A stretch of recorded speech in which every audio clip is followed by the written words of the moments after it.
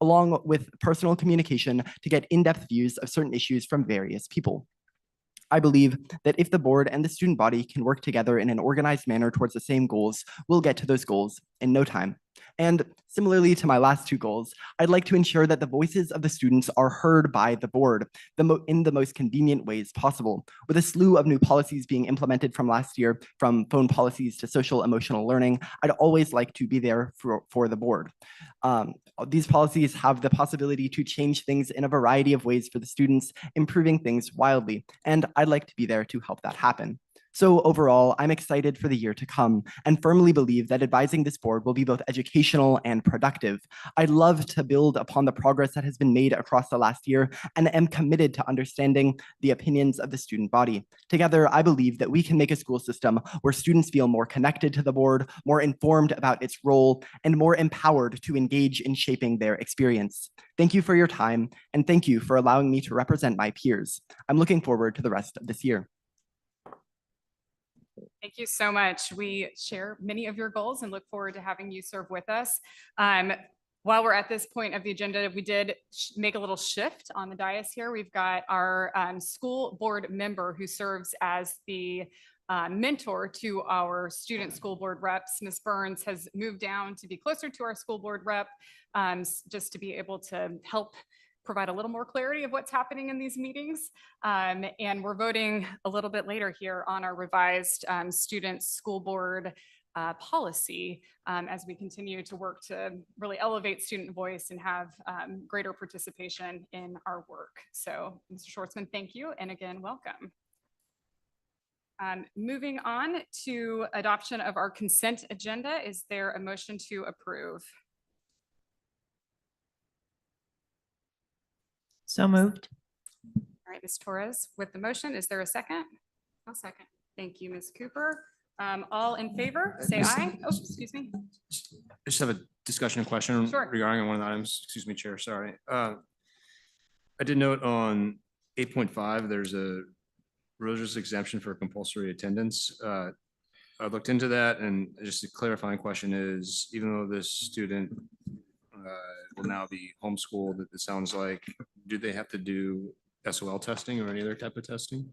Students who are homeschooled and students who have religious exemptions are not required to take SOL tests.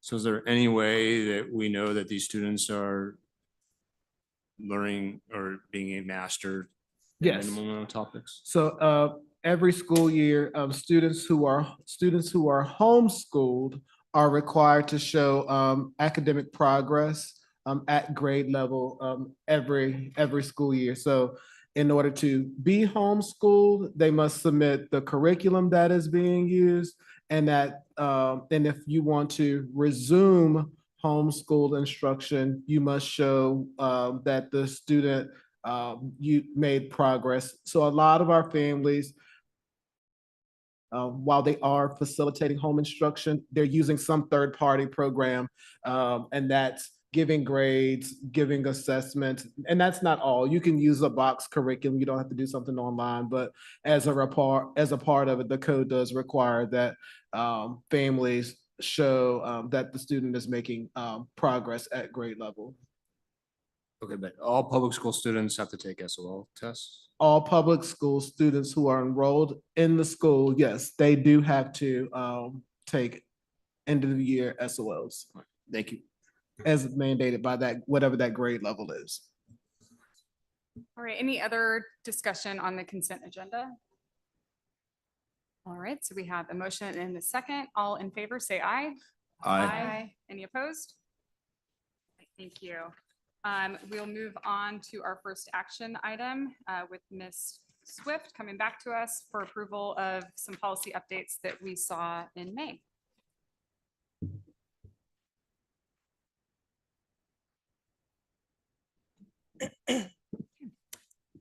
Good evening, Madam Chair, members of the board, and Dr. Gurley.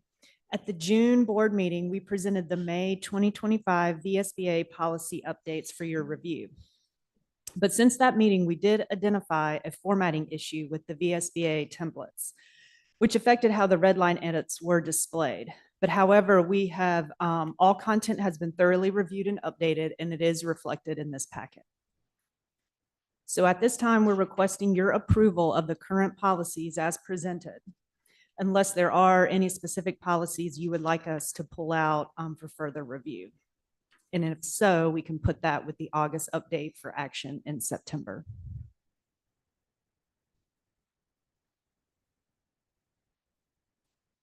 All right, so to get us started, is there a motion to approve the policy updates? So moved. And is there a second? Second. Thank you. Any discussion or questions around the policy updates that we are voting to approve this evening? Go ahead, Ms. Royce. Hopefully I've got my policies correct this time. So, looking at, and again, some of this falls into, I think like there was a policy and then there was a part of it that was pertained to substitutes. So I know that got pulled and is Yes. up for discussion later. For review. Correct. Mhm, But regarding, and I'm sorry, I don't know if I have the page, but it's policy GCE or mhm. GC. That's the substitute. Yeah, I'm Yep. sorry, GCG. So this was regarding, and I think it pertained to the continuing contract portion and what we're requiring to be completed. I didn't know if there was, I know that in some of the work sessions that we've had prior with the board, specific to some of the safety modules and safety training and completion of those before school started, if that is something that could go there or would go there, or if that's appropriate. Because I felt like there was a majority of board members who were in favor of those types of things being done before school started. So I don't know if this is something we want to talk more about and pull it to later, or how you want to do that, Chair, Dr. Gurley. I think, and I'm looking to Ms. Powell and to Ms. Swift, because I think our issue here is going to be that there is, it's code now about the amount of training that can be required. Right. And so only those trainings that are mandated by code will be required yearly. Is that correct, team?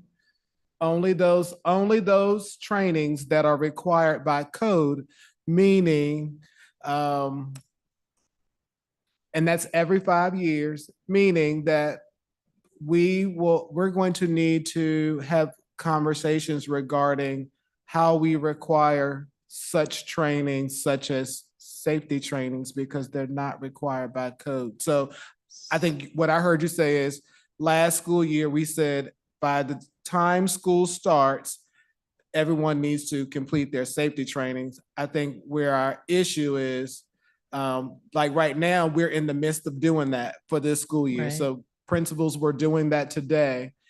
There are implications beyond this year. Was it by code? It was instructional training, right? Wasn't that how the code was? It was instructional versus non-instructional. Yes. There's time limits. Yeah.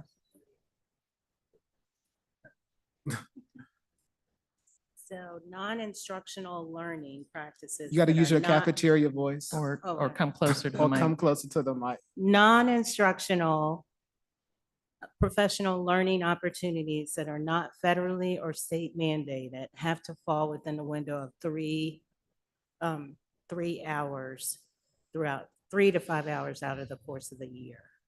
So safety response within a building is not prioritized. I And know Miss- it's not. There's and no Miss Lew- federal code outlining. And that's specific- Miss Lewis said year, but that's every 5, the code is every 5 years. So you can only require it every 5 years. And there is a state mandate that requires you to review what we call the standard response protocols, and that's what the state refers to them now as well, which are stay put, stay tuned, indoor instruction, those things. But that can be done in a relatively short period of time. When you start to get into Alice and something relatively new called the standard reunification method, which we just rolled out with all of our schools today. It starts to become much longer. Like, I was very thankful. We were granted 3 hours today with breaks. We gave breaks, but it was all about safety this morning, and our principals and their leadership teams did a wonderful job delivering the curriculum we provided, included Alice scenario trainings. But we've been discussing this in ELT, and it's almost like there's conflicting code that, it's not really conflicting. It is what it is about this time limit. And so it's something that we're struggling with a bit.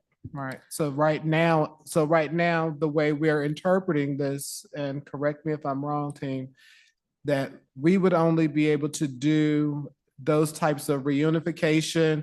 We would only be able to do that once within the 5 years. Yeah, that's what we said too. Wow. Yeah, and I mean, I'm sure, and I hope that the numbers of people completing that safety training are more than where we were last year when we had our retreat, right? And it's on people's radars, but we also heard, a year and a half ago, almost 2 years ago, that people didn't know what to do in emergency situations, didn't know how to protect kids or what, there was a lot of, we don't know what to do. And that's what today's training was at all of the schools, was that training that specifically you're talking about, but it has implications over the course of the next 4 years. And we are looking to take at least one component that we feel like we can make into a video, but I'm not even sure how something like watch this on your own, how that plays into that time requirement, especially in the current, under our CBA. Okay. I guess I don't have a lot. You hear my voice and hear my concerns. So I guess we'll stay tuned as you guys continue to dig into it and see if there's anything else that we can do. Right. All right. May I just keep going? Policy IGAG, which I think was, again, I think it was more about teaching about high-risk drugs, or there was some language that changed. Initially in the policy, it said that this was going to be taught in the first 2 weeks. And I think that was struck through. And now it's just kind of wide open, and it just states that it will be addressed, but it doesn't say when. And I was just curious what the thoughts were behind that.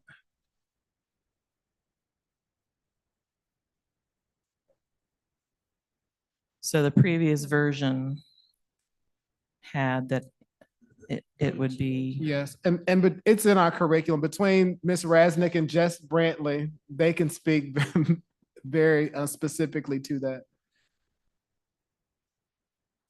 I just didn't know if leaving it like this in the policy leaves us wide open. I trust that it's being covered, but I would love to hear how and when. So we have a standard letter that gets sent at the beginning of the school year that includes this information to families. And then we incorporate these trainings into a number of different scenarios, like through health and PE. And so by having it throughout the year allows us, so like when kids are on different like health and PE tracks, with the way our curriculums work, it allows us to get everybody what they need.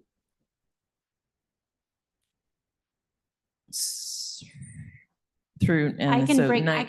back like an actual, like a schedule That's for you. okay. I was if just that curious. works. I just wanted to make sure. It just seemed like it was very specific initially, and then that was changed. So, all right, thank you.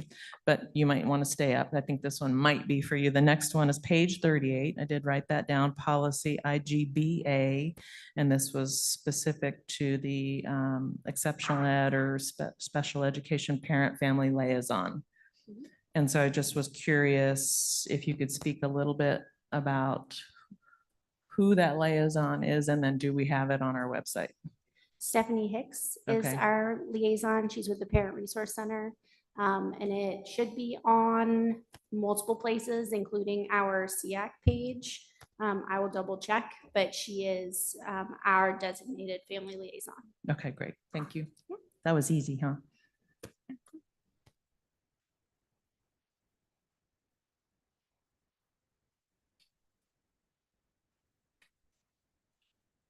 I think that's it for this round. Thank you.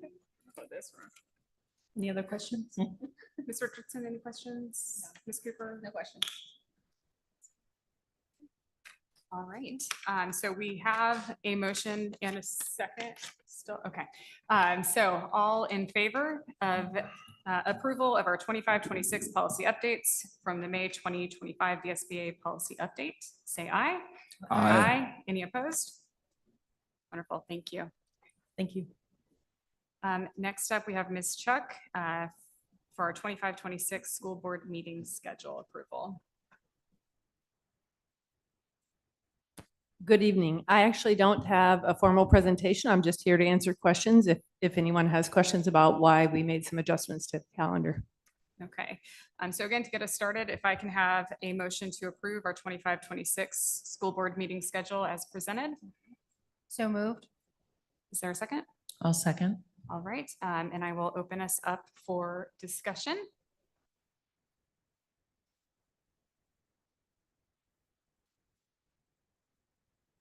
Yeah, thanks. Colleagues, I see that we're adjusting the schedule for some religious holidays, and my concern is that we're not covering all religious holidays, and that would expose us to potential problems in the future when somebody's saying, hey, you made an exception for this religion on this religious holiday, but you did not make an exception on my day that I practice on, or my religion and my religious day, and I wasn't able to come speak and provide a comment. So in my mind, it's like, I don't think we should be giving any religious holidays to and moving our dates around for anything. It's just when we do it. I don't know if everybody shares my concerns, but I mean, September 4th, for example, is a Muslim or Islamic holiday. But at this moment, we're going to have our meeting.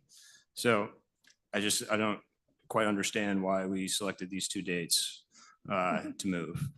I'm happy to speak to that if you're willing. Specifically for the Muslim holidays, we have checked with leaders within each of these communities, and it's not only religious communities. It might be cultural communities because Lunar New Year affects so many people around the world and has such an impact. So we checked again with two representatives and two leaders from the Muslim community, and they both concurred that September 4th is not widely celebrated and that they would not ask us to adjust our schedule for that date. The one thing I will say, generally speaking, is that we don't want to put either our students or our staff in a situation where they're having to choose from kind of a one-off or a special event. And this is something we ask our fine arts department to do. We ask our testing coordinators to do. We ask people scheduling any sort of big one-off event. Like, why we don't want to make our students choose between their family, their church, their theater performance, that sort of thing.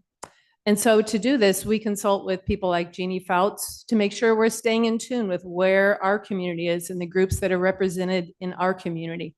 And then Denise and I do our own work to make sure we're just being culturally sensitive to the people who live in our community.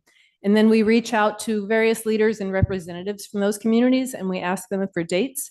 And honestly, I think the whole list is maybe 10 days long out of the year, representing all the various communities that we've reached out to.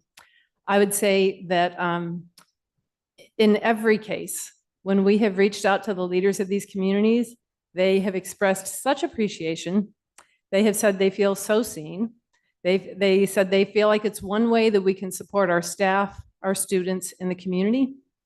And I will say on the occasions we've slipped up, we also hear from members of those communities who are asking us to do better. And so I would encourage you to err on the side of making these slight adjustments. I think it's 2 days next year. And I would also point out that you're making a third adjustment next year. You're moving from New Year's Day to a week late.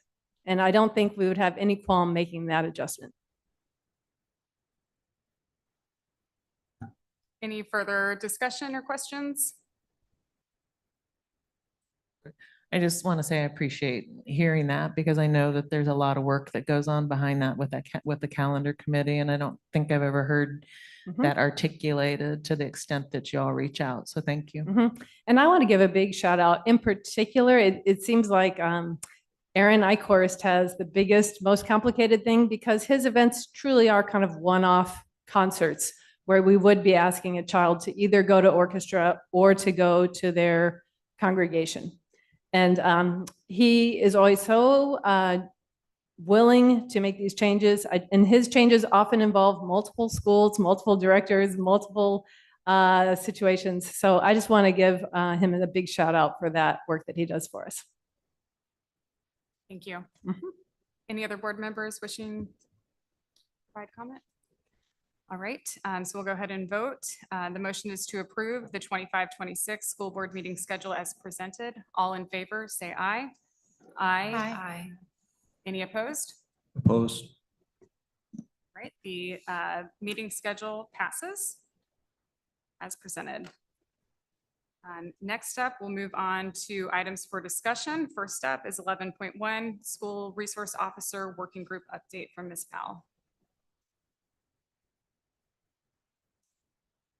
Good evening, Madam Chair, members of the board, and Dr. Gurley. This presentation for tonight is it's just information about the work group and the work that has been done since March to prepare the draft School Resource Officer MOU that will be available for public review and comment on the CCS website starting tomorrow. We started as a staff work group actually back on March 12th. And then after the board meeting action on March 27th, we shifted to become more of a superintendent's advisory with 2 board members who worked diligently with a very large work group to help us keep the process moving forward. After several meetings, we actually decided we just are going to call ourselves the work group. And you can see the group had broad representation from across the CCS schools and departments who are really the primary stakeholders in these decisions. In addition to the folks who work for CCS full-time and the board members, we also had Ms. Vizina Howard, who's one of our wonderful crossing guards and a longtime leader in the 10th and Page community. And we were also very fortunate to have at times Ms. Wanika Howard join us periodically in her capacity as the Youth Opportunities Coordinator for the city. I also want to take a moment to give a big shout out to Lieutenant Greg Wade, who is, I believe, with us this evening. Yep, great. Well, Lieutenant Greg Wade, he's our CPD liaison under the current model. He works tirelessly with myself, Jody Murphy, and all of us to solve a lot of problems. But he was also just a great contributor in this process and very grateful that he was in the work with us. I really just want to take a moment to thank everyone who participated in the group and contributed to this important work. So go to the next slide. I got you, Leslie. Thank you. We'll navigate up here. Oh, thanks. Fancy. Okay. So this slide, just here you can see the dates for our work sessions. Starting in May and concluding with our 5th and final meeting on July 23rd. And we were having meetings like every week there at the end to get this across the finish line, to get a draft out. We were fortunate in this process to have several group members step forward to help with facilitating various meetings. So I also just want to give a big thanks to Bianca Johnson, Jody Murphy, and Denise Johnson for each lending their facilitation expertise at different points in the process. Truly grateful for that. We also have been fortunate to have Strategies for Youth as a partner in the work, providing information, resources, and guidance from their vast experiences working with schools and law enforcement across the country. In addition to the quality resources that are readily available on their website, Strategies for Youth has reviewed and provided feedback on all of our MOU drafts, and they will continue to provide input and support as we work through training and implementation plans. So as you can see, I have a small army of my wonderful colleagues here with us. They're here to just provide information firsthand to you all about the different perspectives and considerations that really drove the process of developing this MOU. And I'll just ask my colleagues as you step to the podium, for the folks at home, please just state your name and your position at CCS. So here we go.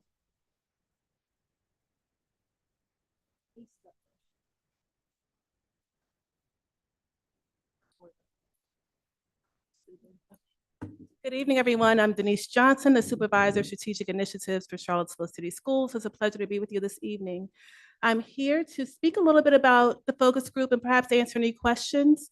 The slides provide an overview of the focus group opportunities that we held and the feedback that came from those focus groups. From spring and throughout the summer, we conducted 4 CHS class focus groups covering grades 9 through 12 with diverse representation. And with all those classes combined, there was around 100 students. We also held a focus group with the CHS administrative team and the CCS care and safety assistants at the high school.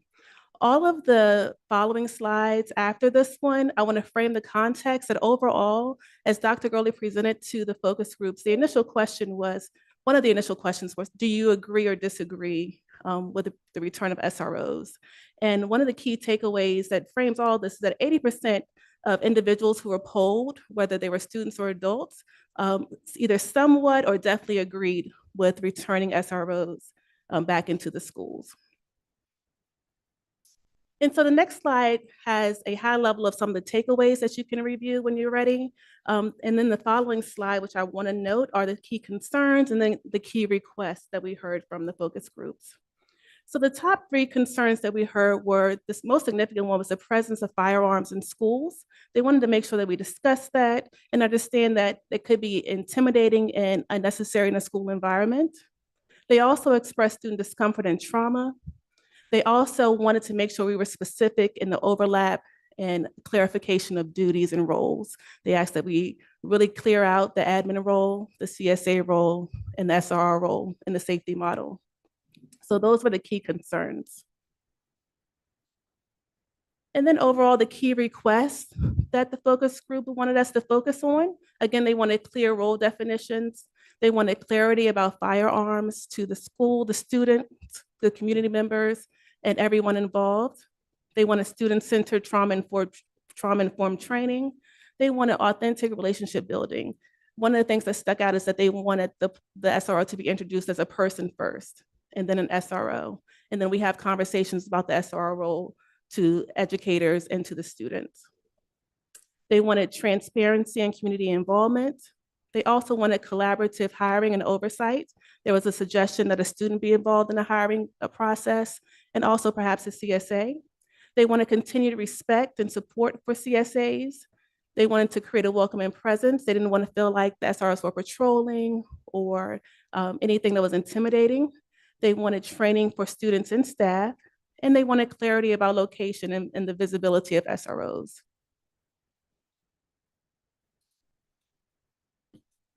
So before Dr. Johnson steps away, any Yes. questions regarding those focus groups? I don't have a question. I do want to just make it clear that a lot of the concerns that Dr. Johnson just shared as far as student concerns, staff concerns, were definitely things that I felt the group did a really nice job of slowing down. I had expressed some concerns personally that I felt like we gathered that data and we kind of had an agenda and a timeline. And we were able, and everybody agreed to slow the process down a little bit so that we could address those and talk about them. And from my perspective, you know, there's still the concerns hanging out there, and that we have a due diligence, and I hope and I'm sure that we have some type of plan or are going to continue to work on a plan to address some of those concerns with the students. And so there was a lot of talk around how we're going to do that, and definitely did not want anybody to think that we were glossing over those things or that we were gathering data and that's it. But I just wanted to say thank you to everybody for agreeing and giving us extra time. I know it kind of skewed the timeline a little bit, but I think that was important work and conversations that we had and still have to have with staff and students as we move forward with this. So I just wanted to highlight that. So thank you. Absolutely. Thank you, Lisa.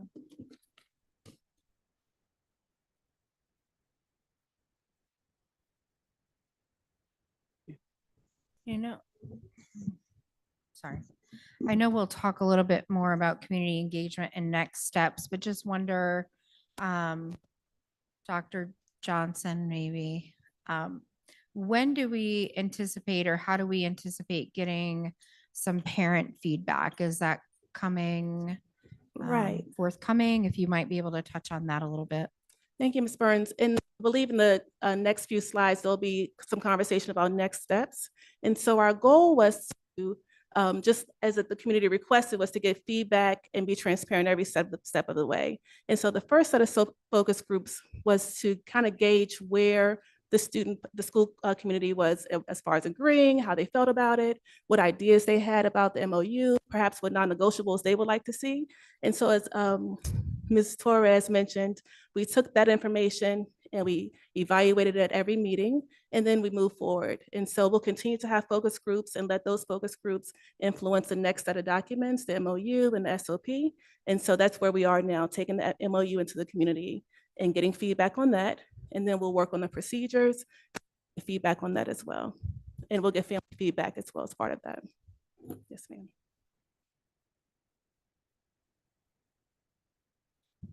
Good evening, Madam Chair, members of the board, Dr. Gurley. I want to start with Chief Koch's quote down at the bottom where it says, "The principal is the chief of the school. Collaboratively selected and trained officers assigned to schools are resources for the schools. They work under the daily direction and leadership of school administration." And just talk about how we as principals do look forward to having the consistency of SROs. I can tell you for myself, about 3 years ago, we had a swatting call at the middle school where I had just walked into a classroom to sub because we didn't have a teacher. And so as soon as I walked in, I was radioed to come out. And when I walked out, there were officers moving around the building. I had no clue what was going on. And at that time, the interim police chief sort of filled me in as quickly as he could. But then when I went down to the office to put the school on lockdown and came out of the office, there were two weapons literally pointed at me. And so I really think that had there been an officer in the building who could have received their colleagues, it would have made a difference in that situation. And so I'm grateful that our current police chief wanted to meet with us and talk to us and get our perspective. Thank you, Mr. Jordan. Hello, Madam Chair, Dr. Gurley, members of the board. My name is Justin Malone. I'm the principal of Charlottesville High School. And I want to affirm the thought and attention and care that was given to the conversations that the stakeholders had, members of our school board had, as it related to school resource officers returning into our buildings. Some of the feedback that I think is significant from the principal perspective is just how much interaction occurs at the building level between the school resource officer and the building level administrators. Even in our current practices right now, the frequency that we would interact with law enforcement is primarily through building level administrators. And that will certainly continue with the reestablishment of school resource officers in the building. We believe that they add that needed value and pragmatism to the work, as many of our expectations already include correspondence with law enforcement officers. So having somebody who is trained, whose work is focused on relationship building within the spaces that they are working, have a strong understanding of the community in which they're working. Having that person there with us to support that work is significant in both supporting the success of this program, but just in the day-to-day interactions as well. The work group gave considerable thought to very many things. And I do think that the added value, again, for school resource officers is going to be continuing to support the critical situations, emergency situations that arise. Their steady presence currently and their support of our work around threat assessments will continue to be refined and add much needed quality and perspective from the relationship that they will have with the school to that work. And then to the idea of what we can craft out and continue to grow in terms of the work that they'll be doing for lessons and training and other ed-based experiences that they have as it relates to the work and the requirements that come with this position. So as the building level principal, where there is often high need, having a strong safety program is significant and important to me. And I believe that this work that has been given consideration on behalf of school resource officers will add another level of additional value to that safety program. Thank you, Dr. Malone. Lamont Trotter, Principal, Lugo McGinnis Academy. Our particular campus is very unique, and so the discussion that we had was around that resource officer just roving and stopping in from time to time at our particular campus as we continue to minimize the type of infractions that may have escalated in previous years. So just having a familiar face stop in when we have community days or welcome back opportunities so that that officer is able to be a pillar within our school community. The ultimate goal at our campus that we discussed in the working group is to allow our students equally to have a voice as relates to how that resource officer could particularly engage with us through Ms. Phelps with particular groups or Ms. Claire through SCL activities. So the work that we continue to do with this group is definitely very strong, and I definitely believe that this will be a work that will continue. Thank you.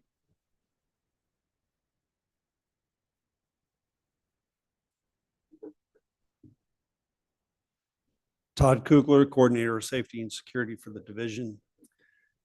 My office is tasked with most of the mandatory interfacing with the Department of Criminal Justice. Our annual safety functions include our crisis management plans, our safety audit, our safety surveys. All of these things have components where we must work with our law enforcement partners. The annual safety audits and crisis management plan currently are reviewed by our law enforcement partners after the fact. We're not bringing them in during the construction of, because it's just simply we don't have that fidelity of a relationship to bring them in on that part of it. Some of the additional mandated interfaces involve, illicit products that are brought onto our campuses. We have to report them to the police department. Some of those items are simply reported because we need them to come dispose of them, but there's always a question because the law requires us to report it to them if it reaches a certain quantity. In general, if it's a felony quantity, then it must be reported to the police department. Problem is we don't have anybody on site that knows exactly what constitutes a felony depending on what the illicit substance is. So we are all often calling our police partners. We found this, we need somebody to make a determination. Is this something you have to get involved in, or is this up to our discretion? Restoring the SRO program, having that in-house with us eliminates that phone call. It eliminates bringing in somebody that's not familiar with working with youth, and eliminates the possibility of somebody overreacting because this is their first time meeting with our students. There's a safety training program involving 7th and 8th graders that'll a little more detail will be coming up in the next slide, but that's also mandated by the state to provide that training to our students. Having the SROs available and assigned to our school system gives us a familiar face that they can start building that relationship at the middle school level in an instructional way rather than just interfacing in a public safety manner. Some of the other key benefits, school safety inspections are required every 3 years. Our next safety inspection cycle falls at the end of this coming school year. Emergency preparation will gain increased familiarity with our staff and our facilities. Currently, we have our police department. They will come and they will do training in our buildings, usually on days when the schools are closed, during Christmas break, things like that. However, if we have the SRO, that increases that familiarity, increases the point of contact with our staff so that we're not having strangers come in our building when there is an emergency. Our daily crisis communications, this is probably one of the biggest things that we lost with the SRO program leaving our schools. Currently, there's about a handful, 5 or 6 people within the school division that have a good communication relationship with our law enforcement partners. How that impacts us is we know that our schools are not an island. What happens in our community transfers into our schools, and what happens in our schools transfers out to our community.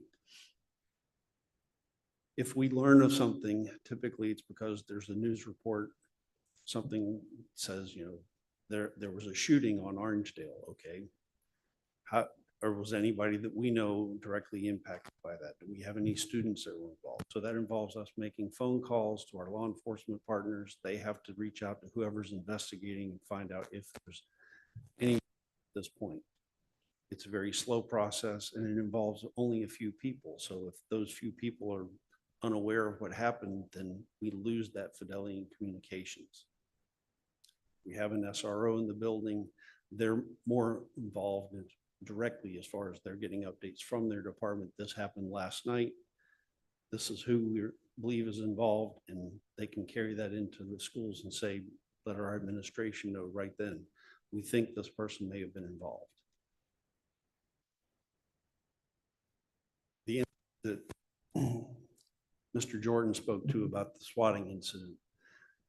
One of the other benefits is the SRO in the building will have the ability to be monitoring both the police radio and our in-school radios in real time. So that event would not have resulted in what happened with our staff being presented with officers with the gun pointed at them. Because the officer in the building could have immediately heard the call go out, gotten on the radio and said, this is not going on. I'm on site.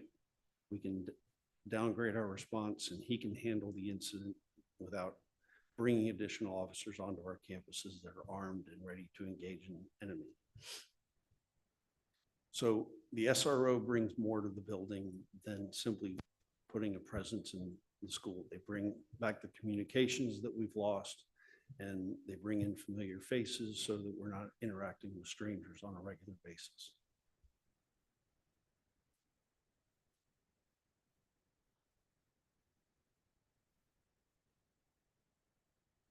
Good evening. My name is Jessica Brantley. I'm the Health, PE, and Driver Education Coordinator. And I really appreciated being a part of this working group and being able to lend my perspective on the instructional side. I do think that there are lots of ways that the SRO could collaborate in facilitation of instruction. There are some things that are required.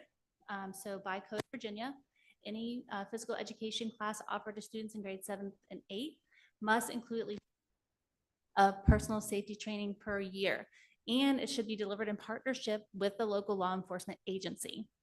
So direct alignment there. I definitely see a benefit of having the SRO involved in the facilitation of those lessons moving forward. Also in driver education, there are multiple SOLs that require an understanding of the driving related laws. So having an officer in the building that can help, clarify some of the things for students and share some of their experiences of what they see on the road and safety matters, I think would be of great benefit to classroom instruction and driver education as well. We also are required to have a 90-minute parent-teen driving presentation for all students wanting to receive their license and taking driver education. Many school districts have the SRO or collaborate with the SRO and have them do some presentations or part of the presentation when families come in to kind of share out some of those things that the students have learned in class as well, and with families when they come in. So that is another area where we have a requirement to have this presentation, and it could be more robust by having that person in our building help clarify things for our students and our families as they're applicable. Also, since there's some other opportunities that I see that may not be included in the list that I have on the slides, but some things were done previously, and there are some things I think we could do. So we're not just focusing on the secondary level. We do have pedestrian and bicycle safety lessons from like K-12. So I do see collaboration with the SRO, the teachers, and safe routes as a possibility for making those lessons engaging and of value to our student population. Also in health and PE, there are health SOLs in every grade level that address things like safety, injury prevention, violence prevention, substance use prevention, bullying and harassment, internet safety, and so on. So, and responding to emergency situations. So I think our natural standards of learning that we have in our health and PE and driver education curriculum would lend themselves to the support or collaboration with the SRO in all grade levels. And then also previously we had an SRO that served as a club sponsor, or in multiple clubs really, but the one that stands out for me from a health and wellness perspective was the sponsor of YADAP. So that's a student-led club that is, their goal is to prevent alcohol and substance use.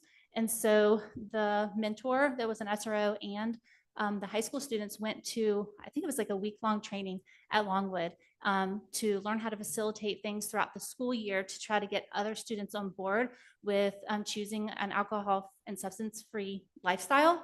And so I definitely see that as a potential opportunity, maybe not that specific club, but things like that. And when I was on the working group, not only did I look at it from an instructional perspective, but a relationship perspective. I think if they are ingrained in some of the school culture and the opportunities to share expertise in the things that they know a lot about in collaboration with their teachers, that it would help build relationships as well.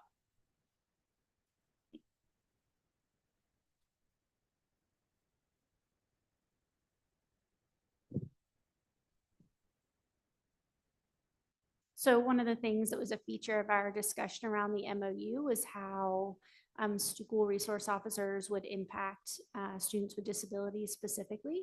So we know that children, adolescents, and adults with intellectual and developmental disabilities are at an increased risk to be victims of violence. They're also at an increased risk in emergency situations. Like I use the example of house fires, car accidents, and natural disasters due to weaknesses in communication. So the SRO program allows us to have a regular and safe opportunity for students with disabilities to interact with police officers, so they understand what seeking and receiving support from first responders can look like. The other thing that we know is that children, adolescents, and adults with disabilities are at increased risk when they encounter police officers in the community that do not know the context of their behaviors. We know that communication differences and unexpected behaviors can lead to serious and fatal outcomes for adults and children with disabilities. That will be prevented, and that is because within that school setting, the MOU has set us up to have structures in which we share the context of children's behavior with our school resource officers. So the IEP team drafts and writes behavior intervention plans that includes information that school administration and school resource officers need to know in order to respond effectively to student behavior, to prevent those misunderstandings of behavior that might occur with a police officer who doesn't know the student or understand the student. Those individualized plans are what are going to keep our students safe from those misunderstandings. And that adds the benefit of our school resource officers building those relationships, understanding student behavior in the school building, and being able to then relay that information to their counterparts in CPD, which allows us to support our whole community in a better way.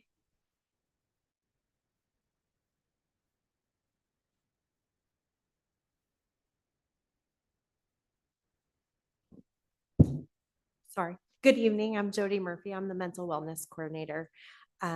I really want to focus on the threat assessment process. I think the other points around mental wellness have been spoken about, the opportunity for positive, safe, connected relationships between the SRO and our students and staff. Over the last couple of years, when we have not had SROs, we have done the very best job that we can to make sure that we are meeting code, and it has gone well. But I want to speak to the fact that we have been depending on individuals with CCS and CPD to make the threat assessment process procedure work. And having SRO and SRO programming will move us from individuals to systems.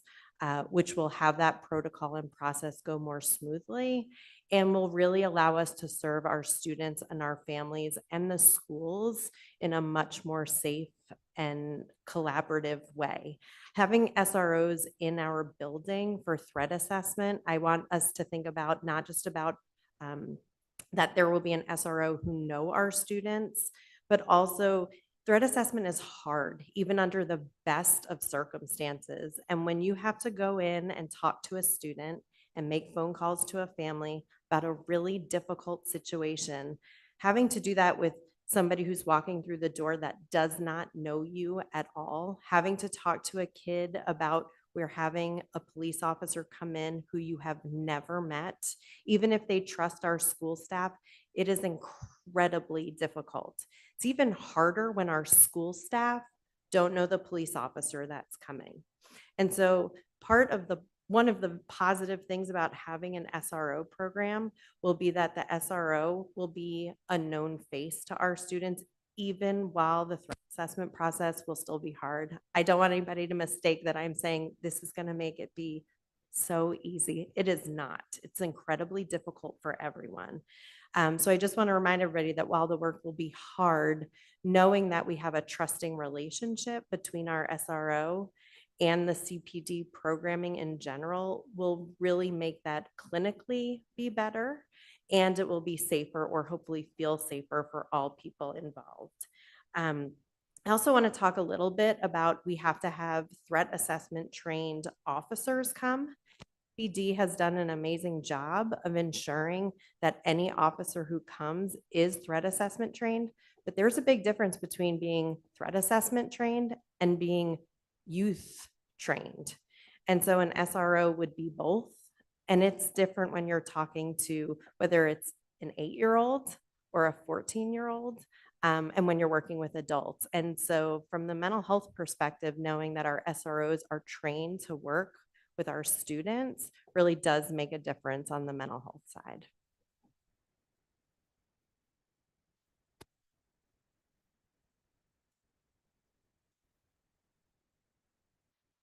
Good evening, Madam Chair, members of the board, Dr. Gurley. My name is Bianca Johnson. I am the and restorative practices or restorative justice coordinator here at CCS. To that point, one of the things that we're really big restorative world is we want to do things with people, right? Not to or for them. And so when SROs do return to the school buildings, one of the things that I would be making sure of is that they are aware of what restorative justice is at CCS and how we utilize it. And when I say that, I'm thinking about from our contracted facilitators at CVCJ and even how it's defined in our rights and responsibilities. We'll make sure to provide opportunities for them to receive training in tier 1 practices wherever they're comfortable, right? And so while they wouldn't facilitate a full restorative conversation, if they wanted to participate in something like a community building circle or maybe be a participant in a restorative conference, if that makes sense and all of the parties are okay with it, we would make a way for that to happen. And then on the other side, in the family engagement world, we did do some summer outreach that happened. And what you see to the right is a word cloud of some of the things that we collected anecdotally when we were out in the community. So we went to Rock the Block that happened at Tonsler Park. We stopped by at one of the Tonsler Park games. We did the one-stop shop that happens at Carver Rec. Last weekend, we were at West Haven Day. This Sunday, we have our Better Together Block Party Bash. And then there's this event that we're doing in collaboration, the Can I Talk to You Seville event that you'll hear about in just a little bit. What I gathered anecdotally, right, and I don't want to speak on behalf of all families, but the families that I connected with, when they heard the idea that SROs were returning to the buildings, they were okay with it, right? There were some that were relieved, some that were wanting to hear more, but didn't necessarily disagree with the idea. I think what I gathered from more than anything, whether it was a student or just a community member that maybe didn't have kids at CCS or a parent, when they think about an SRO, what does it look like? What does it sound like? What does it feel like? They just want to make sure that they're connected to the community. One of the preference that I heard is that they're homegrown, right? They're a product of this Charlottesville community, so they understand it. They want somebody that's attentive. They want somebody that's alert. They want somebody that is wanting to make assumptions, versus that doesn't make assumptions, excuse me. Somebody that knows the community, that knows the neighborhood, that's connected.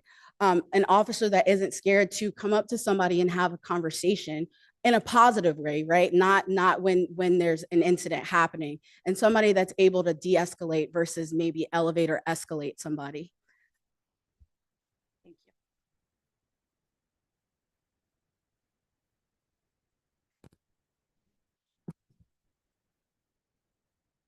you. Mic switch.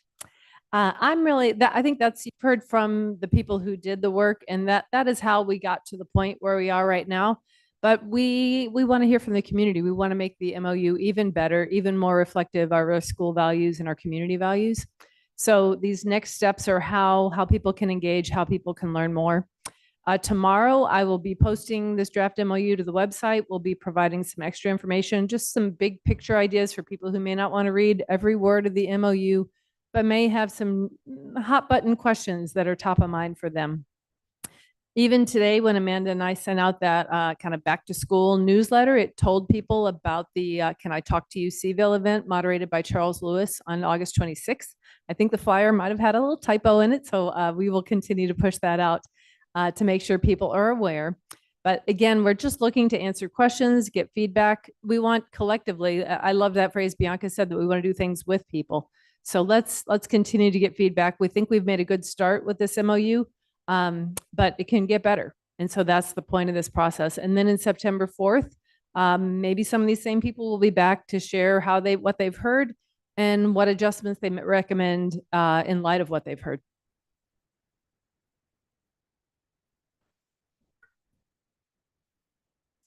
So that's the work group. If you have any questions, I don't know how they're still hanging in here. I think we've still got them all. So happy to answer questions. But again, huge thank you to everyone who was part of the work to get us to this point. Thank you. To our students rep, do you have any questions? Ms. Burns, Mr. Meyer. First, I want to thank very impressive group that put a lot of time in over the summer. Thank you all. Not necessarily the way you want to spend your summer, but appreciate all the effort you all put in there. It was give us a lot of information there. I have reviewed the draft. This is where I wanted us to land, and so I'm very happy where we're at this moment. I heard some feedback around, wanting these SROs to be part of the community. I think these are community officers that are helping keep our youth safe, not only in our school buildings, but outside in their community too. I was happy to hear from Mr. Kugler that, again, this is going to be a source of information coming into our buildings also from what's happening out and helping increase that travel information, you might say. So I'm happy with that. I did want to clarify in here, and because I heard a lot of concerns about this, and it wasn't talked about in this quite yet, or wasn't detailed in the presentations, but I think it's in the MOU that the CPD will be taking this to the city for budget purposes, and this will not be part of CCS's budget. Is that where we're at the moment? That is the unanimous recommendation of the work group, that the program be funded within CPD. There are lots of reasons for that, and Richmond City does it that way, so there is precedence. It's important that every grant that comes out that supports these type of programs, the recipient is law enforcement. Even for school security officers like our CSAs, it has to run through law enforcement. It's that the payroll, they are, sworn law enforcement officers year round, so they're on city payroll. So to not do it that way is in a part of it, putting my old finance director hat on, there's just so much unnecessary back and forth with the funds. And so that's a piece of why it makes a ton of sense to just do it that way. But it also speaks to your point about these are youth, especially youth trained officers that are really part of the value is serving the community 24/7, 360 with that expertise.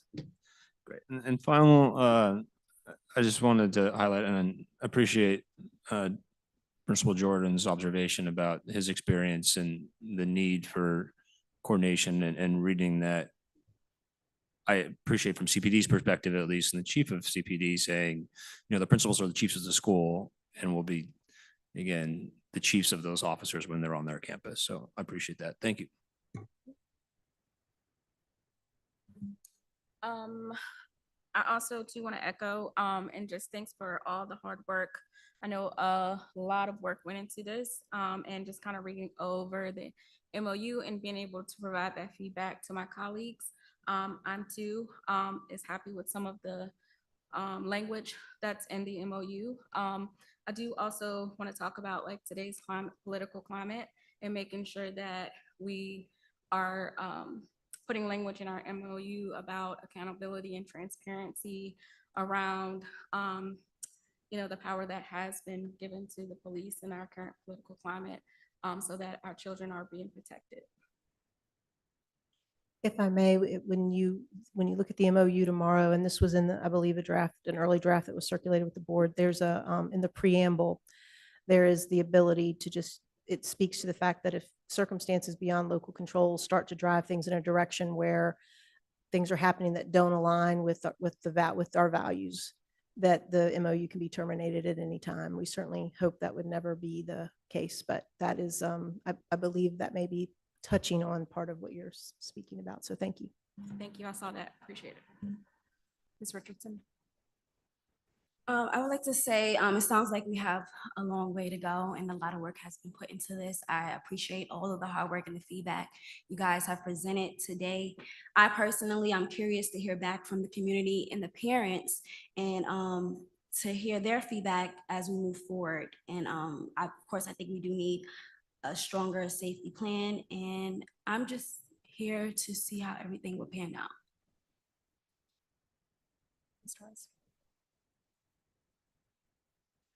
So I just wanted to comment a little bit to Ms. Cooper's point. And again, this was a conversation or a topic that came up during one of our work sessions as far as expressing concerns under the current political climate, specifically related to ICE. And I don't know if Lieutenant Wade wants to come up because he spoke to that as far as the stance that the chief has taken publicly.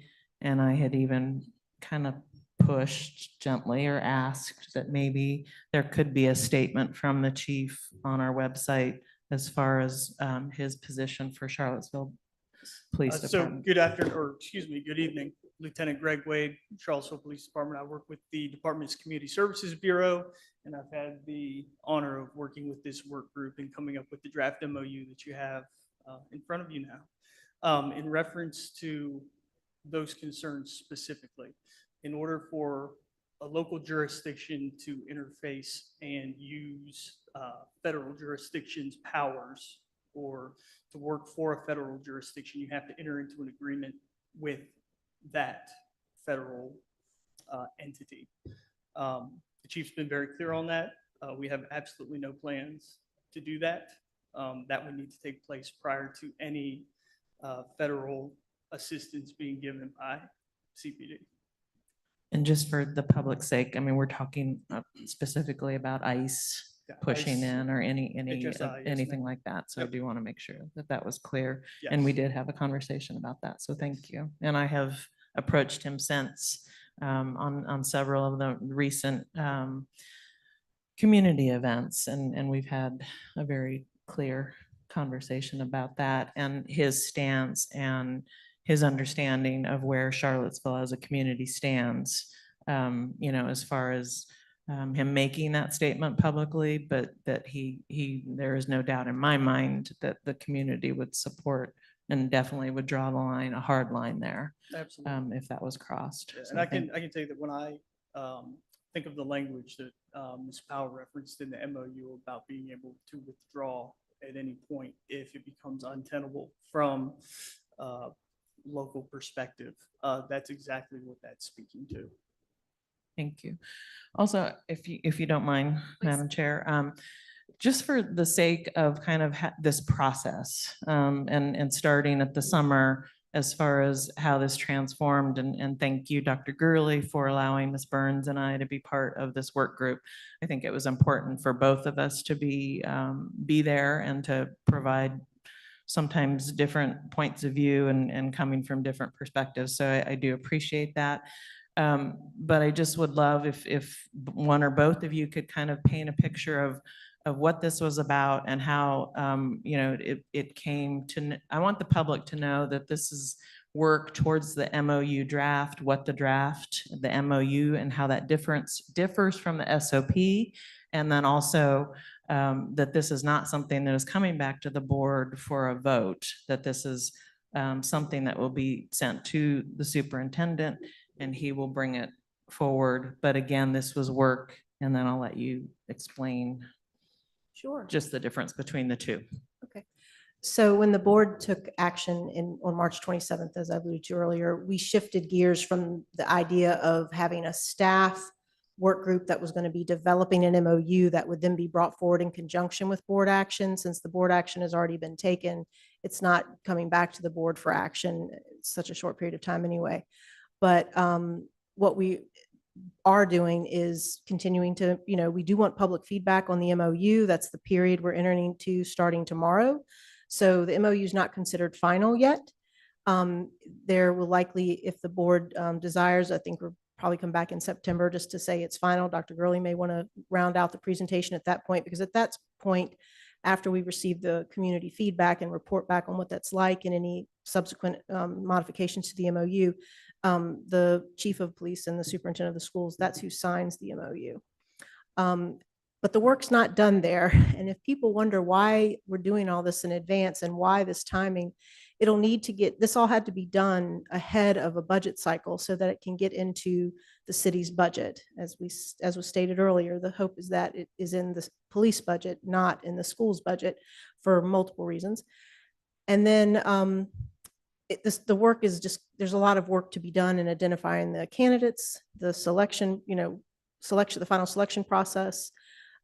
There's lots of training that we have to line up, not just for the SROs, but also for our own staff and our students. This is going to be a reintroduction, and we want to do it right. And we want to make sure everyone understands clearly the roles and responsibilities, expectations, all those things. So the SOP is something that goes into a greater level of detail than the MOU regarding all the things. It's really anything that's not in the MOU that we really want to have clarity about how this thing works. It could be something like more detail about training, because let's face it, training practices are constantly evolving as to what should be on the menu, right? We see that as professionals just in education. So we want to be able, things that we want to update more frequently than perhaps an MOU. We can detail those in the SOP. There's lots of pieces, just procedurally, things that we may want to spell out further. And so like the FAQ, frequently asked questions that Ms. Chuck spoke about, for the folks who just look at an MOU and they're like, I don't want to read all that, but I just want to know about this thing, and they can jump to it in an FAQ. The SOP is sort of the same way. It's more of a living document than an MOU, although this MOU is set on a pretty short cycle for review. I think it's annual or every 2 years. It's not the 3 years or whatever. I think it's every year, whatever it is. It's going to be something it's not static. I talk about safety all the time as a process of continuous improvement. In this case, we really need to get it right out of the gate, but as we move along together, I'm sure there are things we'll want to refine and better define to keep everybody's lanes clear and just make sure that this is really leveling up our safety the way we want it to. Can you speak to what types of ways the community can give feedback that might either be imparted towards the MOU or SOPs? I'm assuming, are we going to open up? I guess that's a question. Are we going to open up feedback, or is that another work committee? When it's posted on the website, there's going to be a mechanism to give feedback through the website. The events that are the Can I Talk to You event, I think everybody's looking forward to that. So those are some significant ways that we're wanting to get feedback at this juncture, but through the website, we can always receive feedback. But we also are looking at from the, I believe Ms. Burns brought this to us, that North Poudre School District in Colorado. They had some, an interesting thing you could do with a QR code, which, I know with our Off and Away, we can think about the best way to do this, but you could it was like just promoting if someone has an interaction with an SRO and they want to provide comment on that, and it could be positive or negative, it could, or something to grow from, right? We want to we're going to need to put some kind of mechanism like that in place. Like I said, I keep getting reminded that the old days of a QR code and a phone are not necessarily the best way to handle that in a school environment now, but we need to do something similar, and we can promote that there's always a way to give a glow or a grow, right, regarding an interaction with an SRO, especially as we're, bringing the program back and it's new. So that's one way. And that could also, if it's on the website, of course, it's available to our families to provide those kind of feedback points as well. I appreciate that. I was just curious, how many SROs are we thinking about? There was let me go back. So we're looking at 2 based at CHS, 1 based out of CMS, but that one will be one of the floaters, and then a supervisor, because there's a desire for the unit to have a sergeant, and that individual will also be a floater.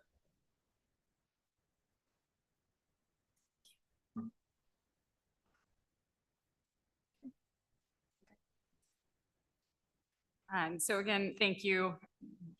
Repeating what my colleagues have said, this has been a really positive, rosy overview of the potential of SROs coming back into the buildings.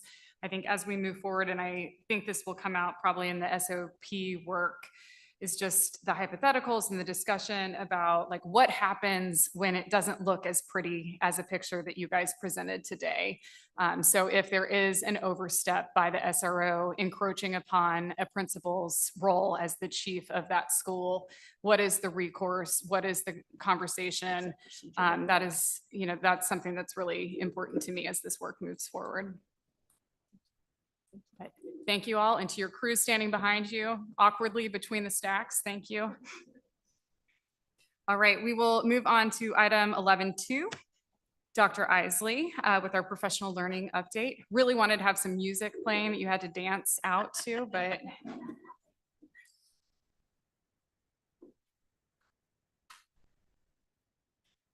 all right, Madam Chair, Dr. Gurley, members of the board, I'm excited to share with you about our professional learning for the 25-26 school year, and to give you a recap of some of our efforts from last year as well.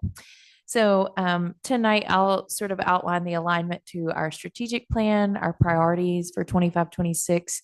I'll give you a recap of some of what we've already done this year, this summer, and over pre-week, and then our plan moving into 25-26. So here you'll just see the alignment with the strategic plan. Staff support goal 2 is where you're going to see a lot revolving around professional learning with regard to it being meaningful, relevant, timely, and personalized. We do have some specifics and strategy for, and then a target goal of increasing the percentage of staff who report that professional learning is effective or highly effective. These are some of, on the little green sticky note there, you'll see some of the specific mentions and highlights that of our professional learning work that do align or are visible in the strategic plan. We are continuing this work from last year. So some of those may be familiar.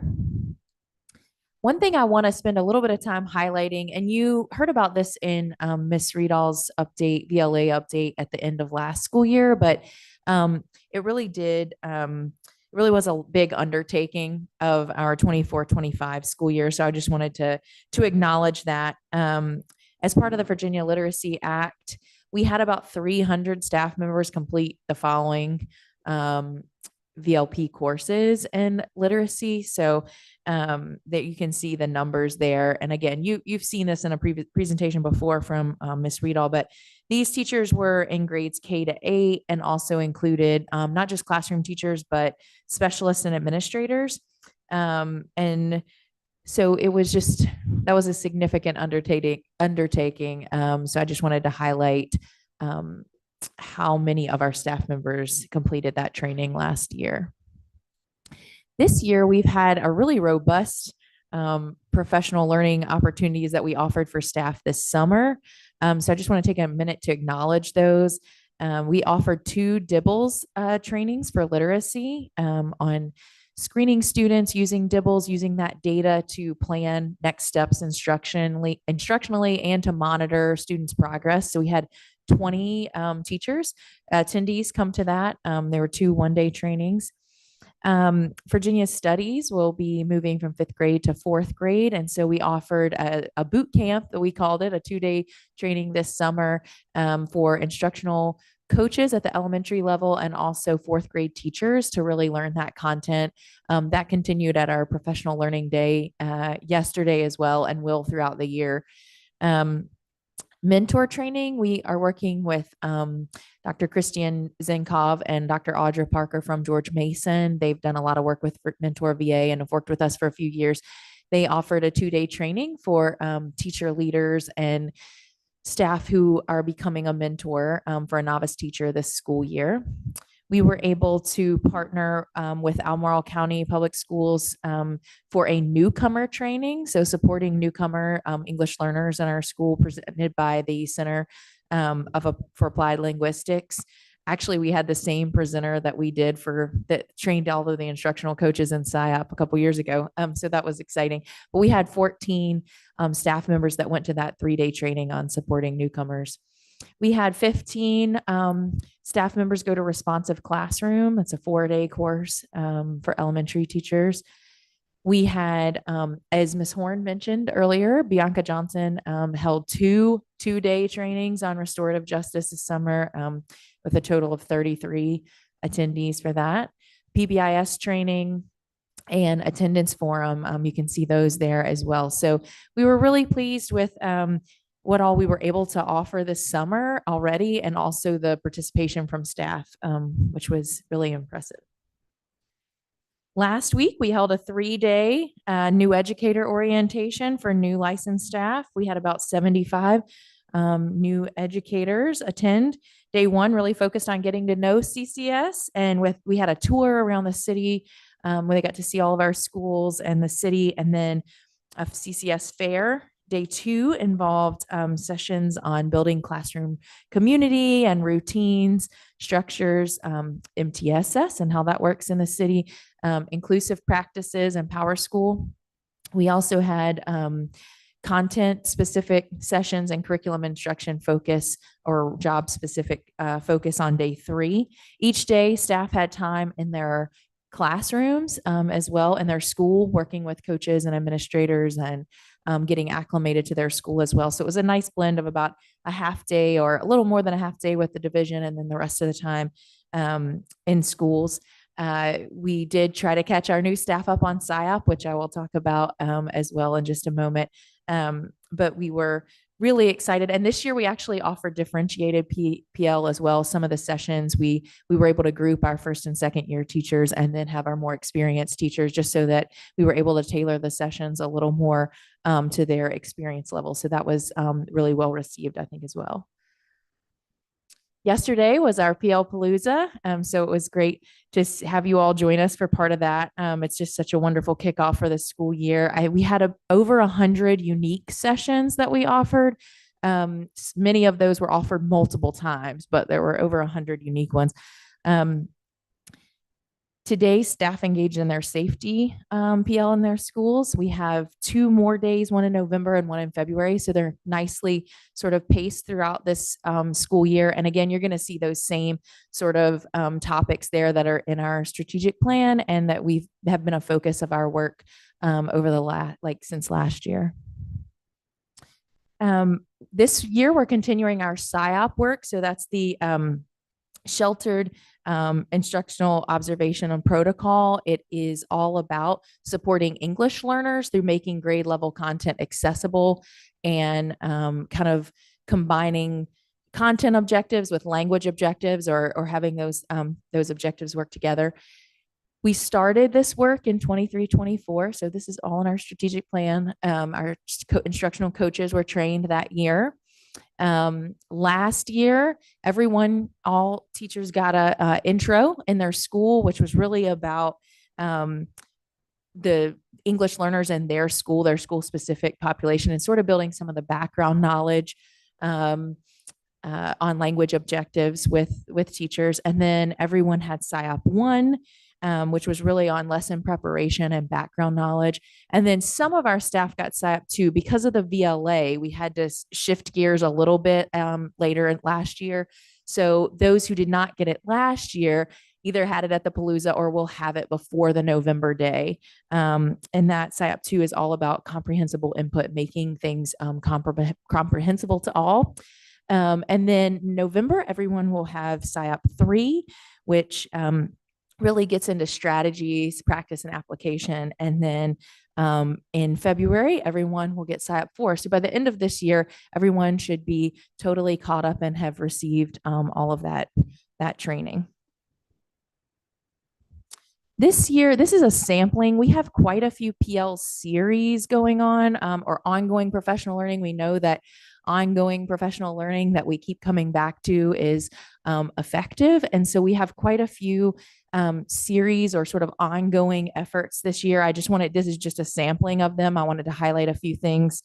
The first is at CHS. We're partnering with Dr. Jade Wexler and her research team to strengthen our Tier 1 instructional strategies that are focused on students' decoding and comprehension skills. Actually, on August 12th, all CHS teachers are going to have an initial training on this. And then the intensive will be with the English Language Arts team and specialists like ESL teachers and special educators throughout the year. So that will go on throughout the year. Also at Walker, the ELA staff there will be engaged in a year-long professional learning series led by Dr. Tammy Williams from William and Mary. The primary goal of that professional learning is leveraging writing to support reading comprehension. So there's a protocol for planning and scaffolding for all learners and using assessment to drive the instructional goals. So integrating evidence-based practices and certain literacy routines will be a focus of that work. Dr. Christy Dubé from JMU is working with our gifted resource teachers this year on Teaching Up, which is practical classroom strategies for differentiated instruction. So it's the idea of we set the bar really high and then support and scaffold all learners up to that rigorous level. So our GRTs do a lot of collaboration with classroom teachers and sharing strategies and support with differentiation. So we want to make sure their toolbox is full also. So the GRT team last year actually read Dr. Dubé's one of her books, and this year she's working with the team throughout the year. So that includes professional learning days, but also peer observations and feedback with Dr. Dubé in the gifted resource lessons. Dr. Allison Brown, our social studies coordinator, has an ongoing series with history and social studies teachers in grades 6 to 12. That's sort of a local series that she's designed to support the standards-based grading work in social studies. So that's happening in PLCs, also professional learning days. So it's all sort of coordinated throughout the year. Our staff at CMS at the middle school will continue early this year their work with SREB, which focuses on content knowledge and pedagogy and literacy and math. So these are just a sampling. There's more than this, but we do have a lot of efforts to have these ongoing series that the work where we're coming back to it, and it's not just sort of a one and done session. And then these are our sort of embedded supports that we have that are certainly professional learning resources in our buildings. So we do have instructional coaches, and you can see their work outlined there. Novice teacher mentors. So our first year teachers and our second year teachers who are new to us have a mentor in their school working with them in addition to the instructional coach. Our schools offer school-based professional learning sessions aligning with their individual school goals. And then, of course, we have our professional learning communities, grade level and department teams that are working together as well. So those are embedded supports that we have that are, of course, ongoing. And that's all I have. Do you have any questions? Thank you. We'll open it for any questions on this side. All right, thank you, Thank Dr. you. Isley. All right, and now Ms. Frasnick. Our multi-tiered system of supports overview.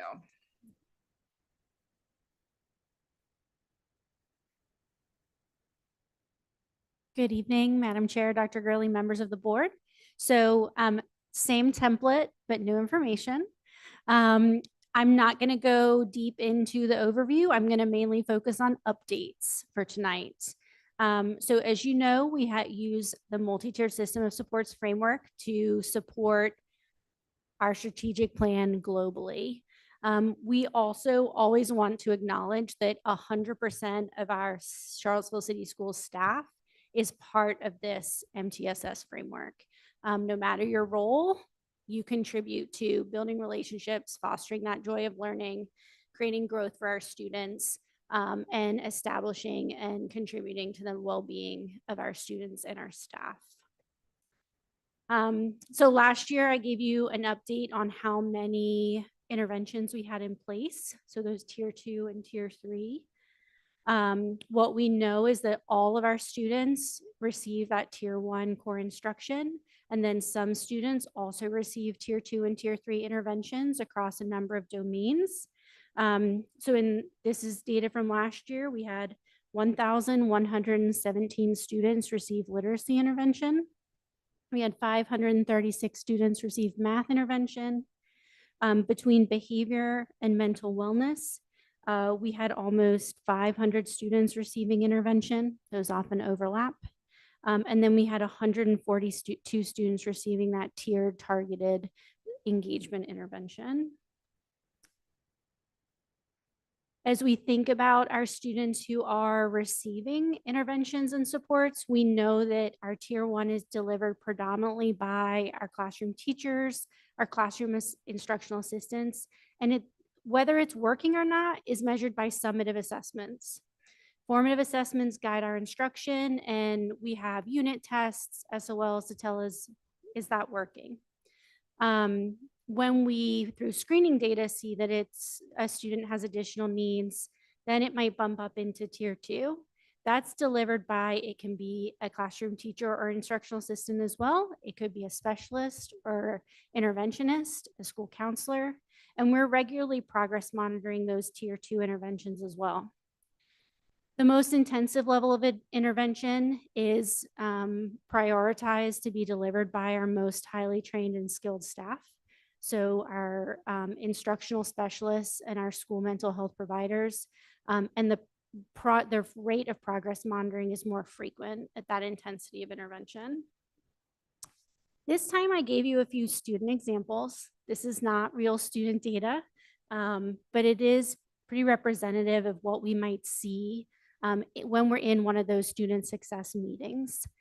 So we know that students aren't in a tier, students receive tiered support. And so this first student we're gonna look at, they have some strengths and they have some areas of growth. I think one of the things that we always wanna remember is those teams come together to make collaborative decisions so that they can prioritize and work towards that student progress collectively. So this student, for example, they're receiving a number of targeted interventions for attendance, but those interventions are going to address the root causes of the attendance.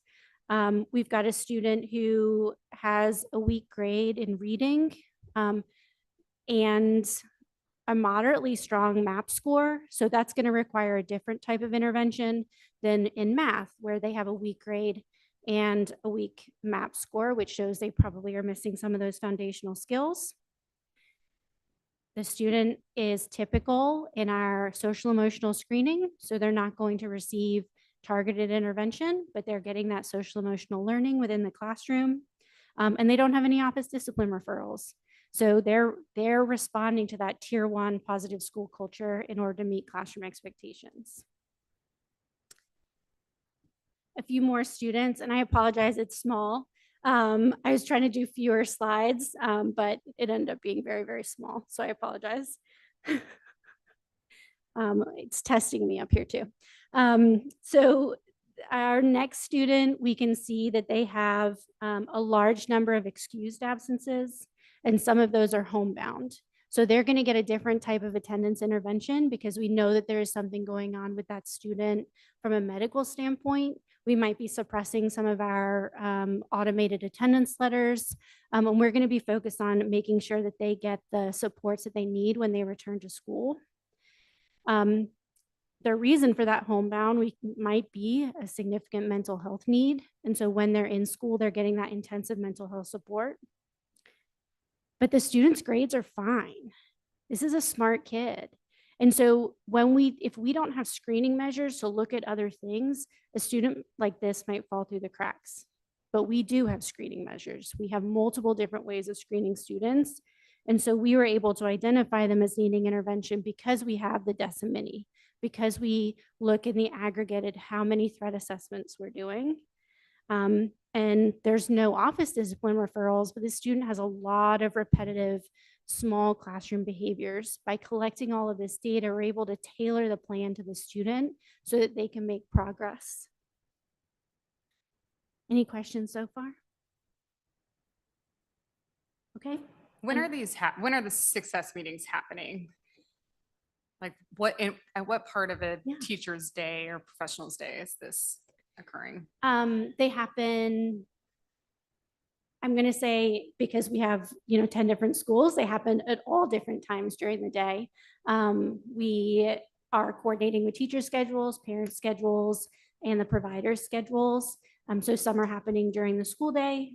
Some meetings happen after school. We offer them in a variety of formats. If the parent can attend by phone, we'll do it by phone. So we prioritize getting staff and families together to have the conversations. And then what does the continuum look like? I guess I worry about students who are identified through a screening process. They move into tier 2 or even tier 3. They get interventions and they respond well to them. And so then we take them away and put them back in tier 1, for example, and then they struggle again. And so how are we keeping kind of that whiplash from happening to students? So if I take my MTSS hat on and put my special education director hat on, if students are making substantial progress while they're in intervention, and when those interventions are removed, their progress slows or stops, that might be indication that a student has a disability. And so teams monitor that because we have screening measures, right? So you might be doing great on your progress monitoring. I'm going to use Val's, for example. Your DIBELS is making progress, your rate of reading is improving, and then you stop getting as much intensity of structured literacy, and now your progress is slowed. That's going to show up at that next screening, at that winter screening, and that team's going to come back together and talk about why that might be. And a sign of it being related to a disability is that you can make progress when you're receiving that intensive instruction, but you are not making progress if you don't.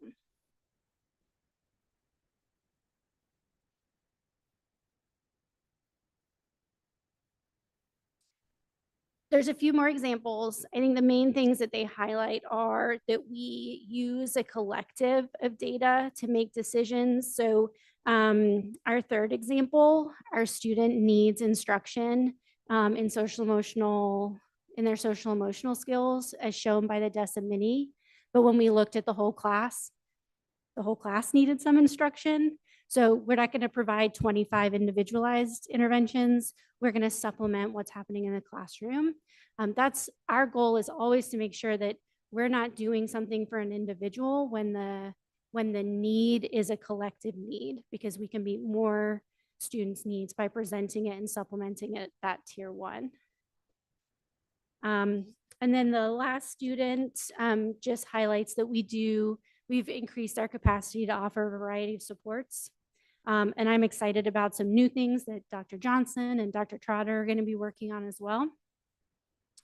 And so our last examples talk about how we can refer students to brief challenges, which is a short response to addiction. Is that fair to say?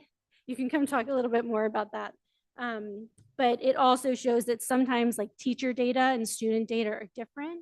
And so we have to dive into like, why does the teacher have the perception that the student is struggling and the student has the perception that they're not? We do that with the team. And, you know, this is a high school student. So they're coming to school, but they're not going to class. Why is that? How is the school counselor involved? How is the school mental health professional that's intervening using brief challenges involved? I'll speak just for a minute about brief challenges, which we are really excited to bring both to the middle school and the high school. And it's called an SBIRT. So it is a screening, brief intervention, refer to treatment if necessary. So like Ms. Rasnick shared, it is meant to be a brief intervention for students who might be struggling with substance use struggles. And we're really excited. 15 school mental health professionals were trained in the spring, and we're excited to be able to offer that if it's needed. And we will be able to accept referrals starting when school opens. And that would be looking at data or referrals that come to us from administrators or school mental health professionals from either, I know vaping was talked a lot about last year as a concern. And so looking at the data that we have and then serving students who are needing that particular intervention. And then we also have a student that highlights how sometimes we have to think about the ways that we extend a student's learning. And so it's not always how we're intervening, but also how we're enriching to motivate and keep students engaged. So collaborating with the GRT might be part of how we plan for student success. And then when we're thinking about students who have a high level of need in both their social emotional development and they're exhibiting those external behaviors, it's really essential for our teachers to implement proactive strategies in the classroom, having check-in, check-out, you know, intentionally grouping students to prevent behaviors occurring, for our school mental health professionals to be intervening in a unified and supportive way, and then for our administrators to be utilizing restorative justice and be very thoughtful about discipline practices.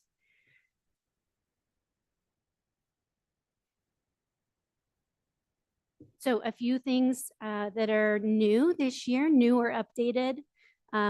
We heard a lot of feedback about the self-assessment that we were using for students being too long. It wasn't giving it as the good data because after so many questions, the students just kind of started clicking through.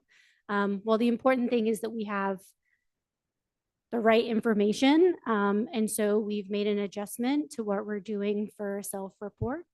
We're going to use the DESA Mini, which is part of, it's from the same company that we do our teacher rating.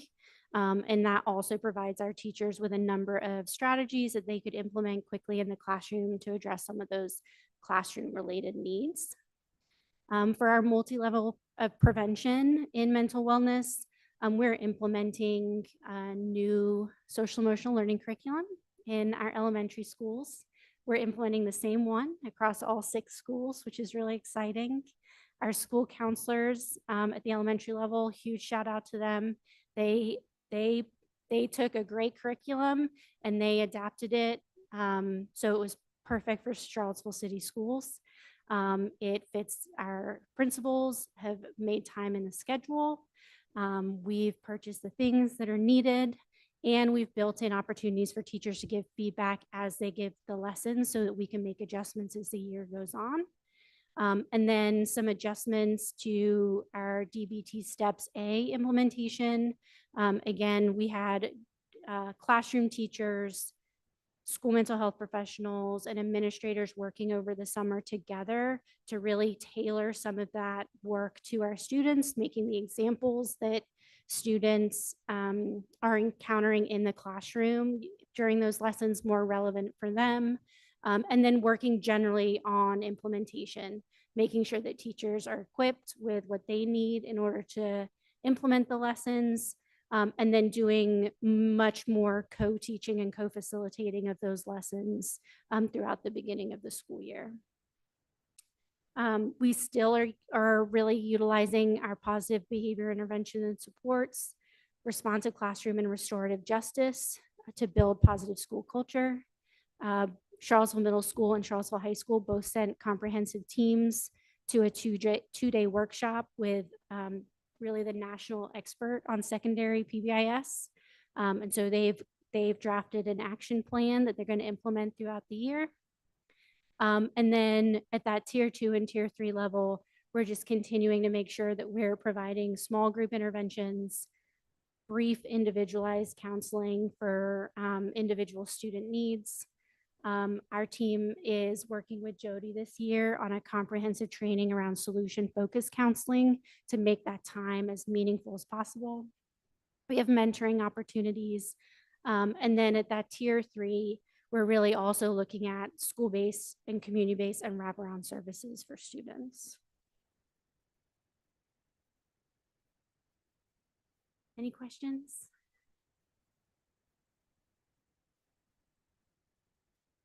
Okay. Another area of the multi-tiered system of supports is academic instruction. And so we're adding some layers this year that we're excited about. We're going to be using the academic tiered fidelity inventory, which is a way to measure whether we're implementing the evidence-based practices that we know to support academic achievement of students. We have some specific focuses at the instructional leadership level. We'll be focusing on making sure that team composition and alignment and operating procedures are there. So Dr. Gurley led us in a session in June and in August on developing those aligned systems. And then within the school support plan, we're requiring schools to have a focus on formative assessment and instructional adjustment. Because while I just spent a lot of time talking about intervention, the most impactful part of a student's learning and their day is that first tier 1 instruction that they receive. And so we want to make sure that we're considering how our instruction is working and that we're making adjustments at that tier 1 level when we have information that says that it's not.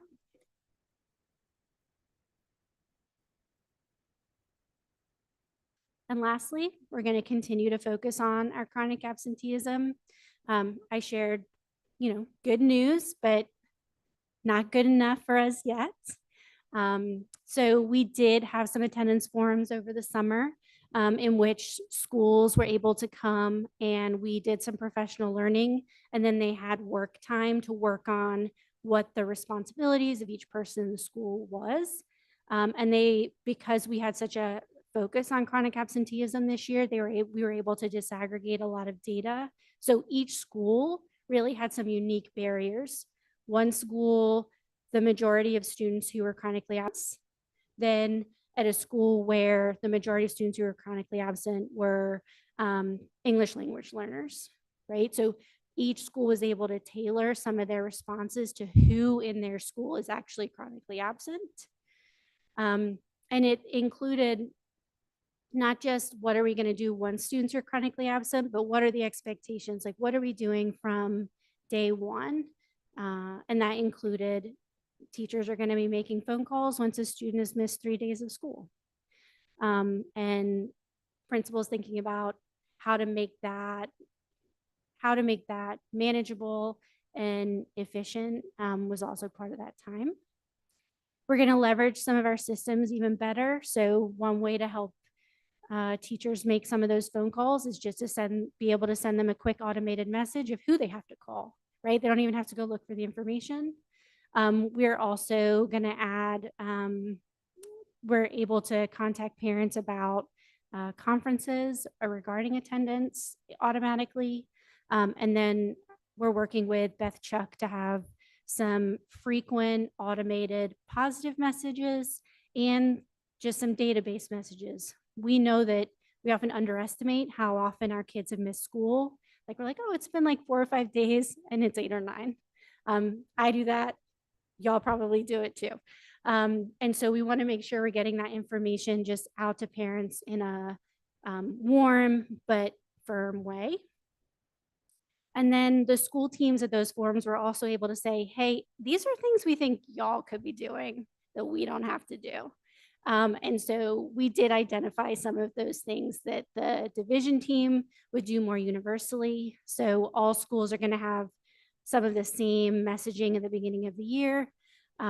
We include a lot of information in our division-wide communications, but what we're trying to do is create the communications and then allow the schools to send it out, because that gets the most people.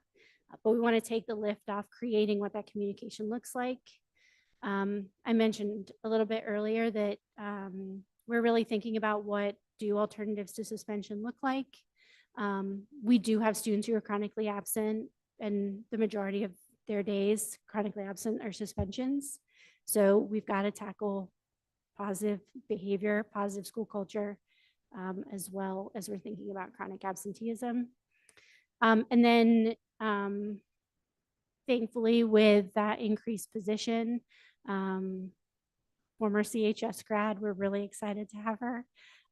She's going to be working on that really intensive tier 3 student population, predominantly at Charlottesville High School, where we have the most intensive tier 3 needs.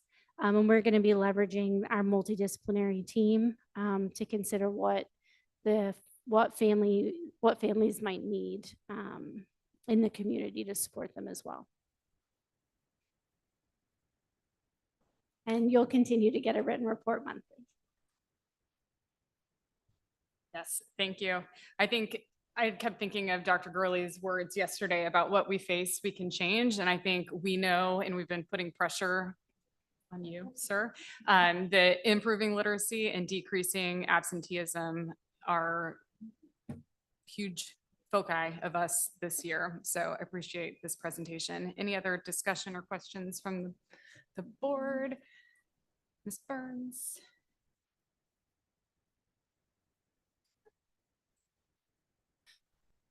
It's, this last slide was the one I was most interested in. A lot of good information, and the ones before that. Glad to hear that we're doing different things, it looks like, and trying different things. Again, the rates were way too high in too many of our schools. I think we all recognize that, and we need to improve that, which is good. I see a lot of positive carrots here. Are there any new sticks that we're going to be using, you might say? So there's really only one stick when we think about what, like, are you talking about referral to court services? I mean, I don't know if there's anything. Do you take away privileges though to different activities in the school? Like you can't play an after school activity, or you can't go to the dance, or I don't know. Are there other sticks there that we've thought about that, again, that are, you might say, a privilege in our system that aren't necessarily basically providing the basic opportunity if you're not attending school? I think we leave those decisions up to the positive school culture teams at individual schools. I know Dr. Malone leverages a number of activities to encourage students to come to school. I think that who that reaches are not necessarily our students who are chronically absent. Right. The for lack of a better word, the threat of not being able to come to Bacon is not going to reach our students who don't have a connection or an engagement with school. And so we want to have positive things, have some high expectations and limitations for students who aren't upholding their agreement by coming to school. But we've got to get really to the root cause of why kids aren't coming to school. Right. And I completely agree that we should be using a lot more carrots, but each context is different with each student that you were just explaining all the examples. And I want to challenge, because we were challenged by Dr. Gurley on this, to say, do we need some more sticks in our toolbox? Maybe you might say, and you know, what might those be? Again, you can use those on a contextual basis. Thank you.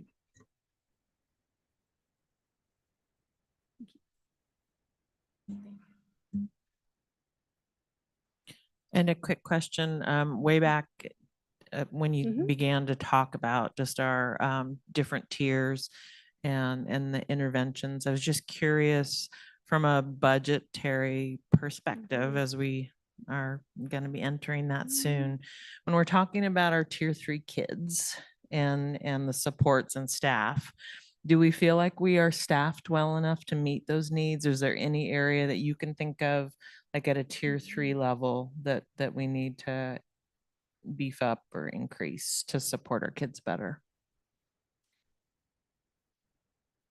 I don't always think that more is better. If the more is not really high quality and well trained, I think we still have a lot of opportunities to leverage what we do have. We have a large, like, we can't, being able to do 1,117 literacy interventions, like, we have a large number of staff in order to do that. And so we've made requests where we saw that those in need. We needed an attendance officer, a social worker with that really specific focus, focused on those most high intensity needs. And I can assure you, I will bring to Dr. Gurley and he'll bring forwards when we identify that the gap is that we don't have enough staff. But we're still seeing where some of our gaps are is that we've got to implement and do things with fidelity. Yeah, well, I appreciate that. And I know that you do bring those requests to us, so we receive those readily. But if there's ever anything we can do to better support how things are implemented, I mean, we're here for that as well. Yeah, I think continuing to support our teachers and continuing to convey that this is all of our responsibilities. One of the challenges sometimes of having more staff is that it becomes who's going to do it, not how are we going to do it. And so just supporting us as we continue to develop that mindset of it takes a team for every kid. Thank you very much. Thank you. We're good. Next up, 11.4, Human Resources Update from Ms. Lewis.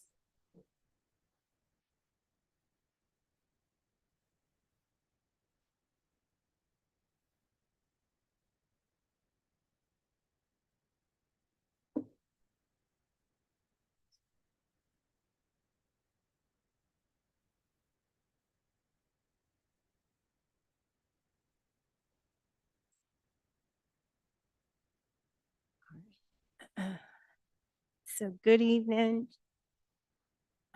Chair Dooley, members of the board, Dr. Gurley. I'm here to provide an update on the highlights of what we have as vacancies for now for the school division. All of the work that we do in human resources is aligned to strategic plan priority goal number 3, and I pulled out 2 goals within that strategic plan priority that focus on recruitment and retention. So first I'll speak about the elementary openings. When we look at the elementary openings, when this report was generated, there were 9 elementary openings. 1 special ed teacher, 1 part-time reading specialist, and 2 ESL teachers and a gifted specialist were our classroom related positions. And then we had 3 support staff positions. When you compare this to August of 2024, we had 5 elementary classroom openings, which included a special ed teacher at Walker Upper Elementary, a 1st and a 4th grade teacher, a part-time reading specialist, and a gifted specialist. So our numbers were very similar. The difference is we didn't have any, this year we don't have any homeroom classroom teacher openings. All the instructional teacher openings have some flexibility in their schedule and can be supported by the staff. And since the time that I built this report, we've hired an ESL teacher, a part-time reading specialist, and a part-time nurse. So now, as of today, we have 6 openings or 7 employees because we have 2 part-time people serving in 1 position. We wanted to call out the assistant principal hire as well. Correct. We did hire assistant principal. I'm so excited. We are all full with our administrative staff. And she will be joining Sunrise Elementary on Monday. Secondary openings, when I compiled this report, there were 12 openings, which included 3 special education teachers, 2 math teachers, 3 ESL teachers, and a technology teacher. So there's quite a conglomerate of classroom support there. In August 2024, the same number, 9 classroom openings. 2 were special education, 3 science teachers, 1 math teacher, 1 world language teacher, and 1 technology teacher. We have hired this week a math teacher, a special education teacher, and an ESL teacher in the secondary level. And we've also done some recalculation with the technology and engineering classes here at the high school. So we will be holding that technology position. So as of date, we only have 8 secondary openings. Anybody have questions on that? So this provides a visual of the comparison of last year to this year. You can see in most of the areas, we've been largely successful. Elementary, there's a difference in that last year there were 8 openings. And when I started this report, there were 9. But since we filled some of those positions since then, we're still ahead of where we were last year. And this is in a climate where we had 11 resignations. In the month of July, we had 11 resignations. So which included a world language teacher, a psychologist, 5 instructional assistants, and then 2 of our math teachers were elevated to either an instructional coach or a math specialist. So we've had some transition resulting in these changes.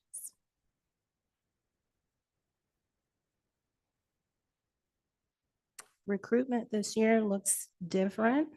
So we had 77 openings and some were questioning whether they were all new teachers. 35 of them are new, or about 45% of them are 0 to 2 years. 38% of them are 3 to 18 years, and then 17% have 20 years of experience or more.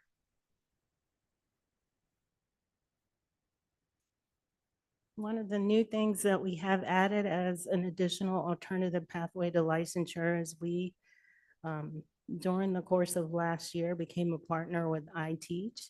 And iTeach is an alternative pathway to get someone licensed and endorsed to teach. And they'll help them from their BA until they're fully licensed. So you'll see it's like 3 tiers. And they'll start out, they'll enroll in the program. They have to show a level of success, showing their official transcripts and acknowledgement and doing an introductory course. Once they complete that, iTeach will enroll them in their program. After that, a requirement, the bar is set high for them to pass their praxis exam first. Generally, when you go through licensure, you have to pass your praxis at the end.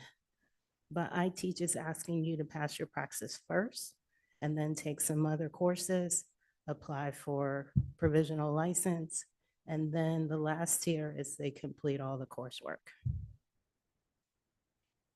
We are bringing 3 associate teachers on board. These people have passed their praxis, have a BA, are enrolled in iTeach, and will be applying for provisional license this month. And those individuals will spend a year getting the foundational courses through iTeach Complete.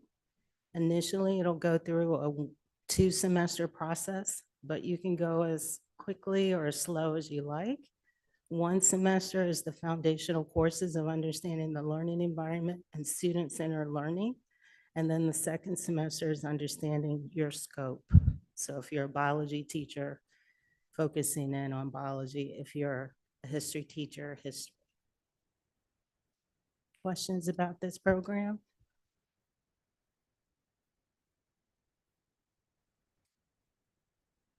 So the work in HR is continuous. We will continue to go to college and career fairs and marketing. Just so you know, all of our postings are posted on Indeed. We do raise some of them to a higher level of a posting, paying for a more visible presentation, but no, there's a partnership with Indeed to post our job postings. And we're exploring other social media avenues to post openings. We are integrating some incentives into the Title II grant to support teachers with licensure and to secure additional candidates as well. We're going to expand that I Teach program, and we're going to support our new hires with licensure. And you know, we started the 30, 60, 90. Dr. Hastings and Stephanie Coleman, the new member of the HR team, will be working collaboratively to get in classrooms more often to see our new teachers and what they need. So I'm just here if you have any additional questions. Any questions for Ms. Lewis?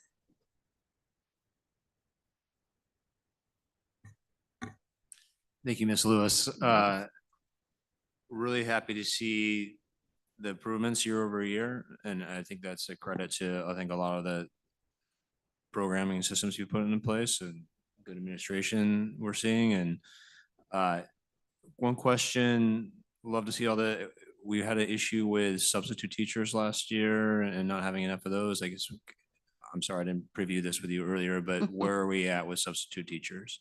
I have to tell you, they were anxious to have the substitute posting on our job board. I received a good 20 emails before we posted the position.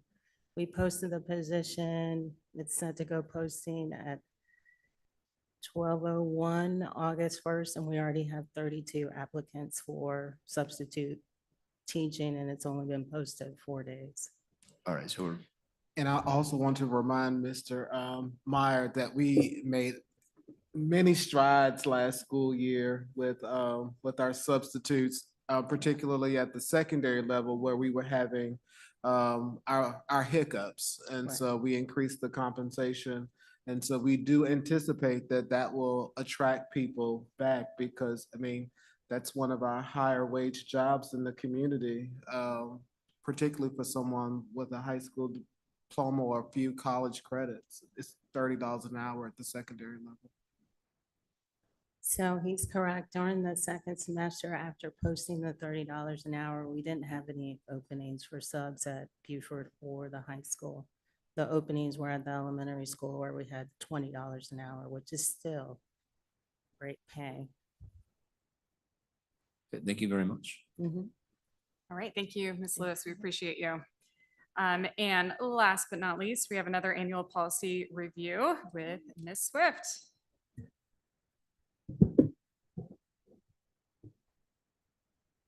All right, hello again.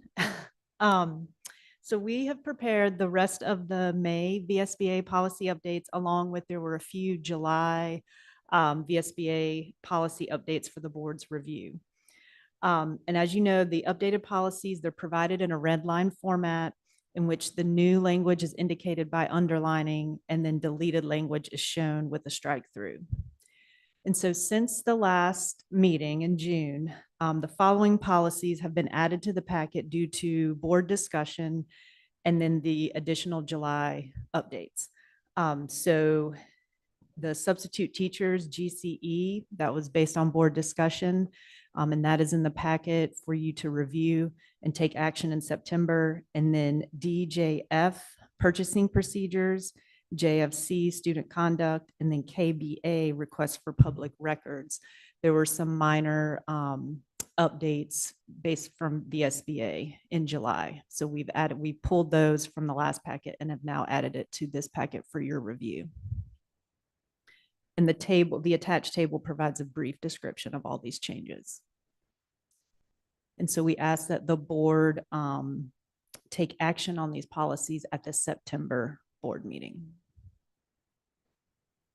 All right, thank you. Any questions for Ms. Swift before we all engage in some light reading between now and September?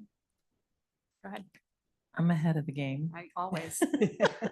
So and again, I apologize, but I will send you, I promise, because I've got like 4 pages of just typos or things that didn't read real smoothly. So I will email or I will come in and sit because it might be easier to sit with you and show you so that I don't have to take up time here tonight. Yeah, please feel free to email me. And I know Ms. Dooley sent us, gave us some feedback. And so we have since revised and those are in the packet. Thank you. Thank you. All right. Thank you. Thank you. Okay, we have some board response to written reports included. And then now another opportunity for comments from members of the community. Is there anybody in the media sent? Yes.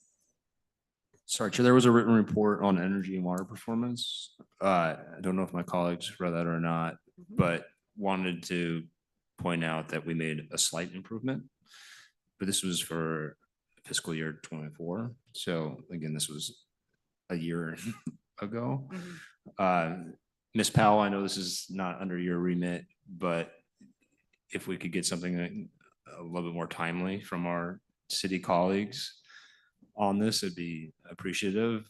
I know we were going to be looking at this for the CIP. We have our CIP committee, Ms. Torres and I, with the city here in September, and it'd be nice to potentially have the 25 data to be able to reference as we think about. That might be a little bit too soon, but as we think about, again, our CIP plans, et cetera. Thank you. All right, now we'll move on to comments from members of the community. If there's anybody in the media center. All right, anybody hanging with us on Zoom who would like to speak? If you would like to give comment, raise your hand. All right, we'll move on to comments from board members. We can start with our student rep. Any comments? All right, Ms. Burns? Mr. Meyer?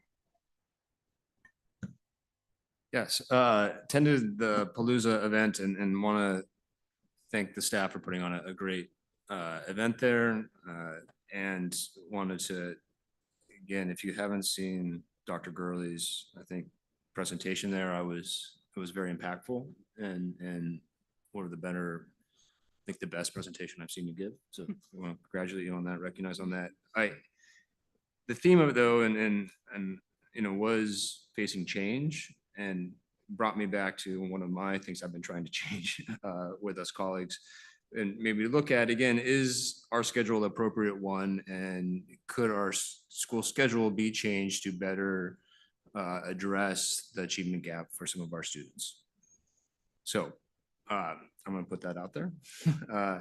Second, we had a good meeting with our city council colleagues on Monday, and Ms. Torres and I also met earlier with our city council colleagues talking the CIP. But we're looking at, and I think a needed significant increase in support to update our facilities. And it was great to see that the work that had been done about that, but it was $100 million, just the floor to, again, I think as we all saw, to replace our floors in a lot of our buildings, the ceiling tiles, et cetera. And we talked about the FEI building, the unfortunate incident that happened there with UVA moving that. And I mean, that's just, again, tens of millions of dollars that is going to be impacting UVA's decision to disregard our school board and city's request not to apply for that building. And they just took ownership of it on August 1st. And I mean, I haven't seen any communication from them about how they're going to help us out in any way. And so it's just something that I'm going to be thinking about when we come on budget season. And colleagues, I encourage, and while we need to be looking forward, but I really do think we need to reset our relations with UVA and think about their decisions. While they do a lot of great things for us, but they do make decisions that really do impact us and our students and our ability to deliver to them a good education. Finally, Mr. Hartline, you're heard. You know, I walk by that elementary school frequently, almost every day with you. Keep on reminding us please. I think you're seeing that we're making some improvements there, and we will continue to discuss with our city colleagues who deliver those services, how we can better deliver those services and keep our facilities in the state of repair that they should be, and that we don't have accidents like we did last year, and that, again, they're adequate to meet the educational needs and thriving environments that our children deserve. Thank you. Thank you. Ms. Cooper? I also too want to thank Dr. Gurley for his amazing speech at the Palooza.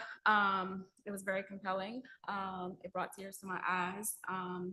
And I also would like to, you know, to the parents and to the students, to welcome them back next week as they enter into our buildings, and that, you know, every one of our children have a successful school year, and that, you know, the teachers and the parents are working together to make sure that our children are getting what they need. And so I look forward to spending some time popping in different schools. I feel like I touched a lot of schools last year, but my goal is to kind of touch some of the schools that I didn't get to pop into, just to kind of like, you know, see all of the amazing work. I was really impressed when we did the school visits last year, just to kind of see all of the work that's happening in the classroom. And so I challenge my colleagues to do the same, to see how much work that the teachers are pouring into our children and how excited that our children are about learning, and how we as a board kind of like being able to see some of that and see why the work that we do is so important. Thank you. Ms. Richardson? I would say challenge accepted. I just want to welcome everyone back.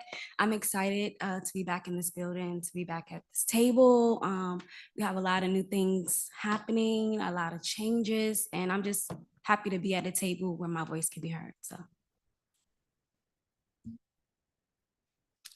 I just wanted to give a couple quick updates. There are a couple of things today that came across my mind. So driving here to the meeting on the bypass, happened to be slowed in traffic, but looked over towards what was Burnley Moran, and the new signs for Sunrise Elementary were being put up. So that was kind of a neat thing to see.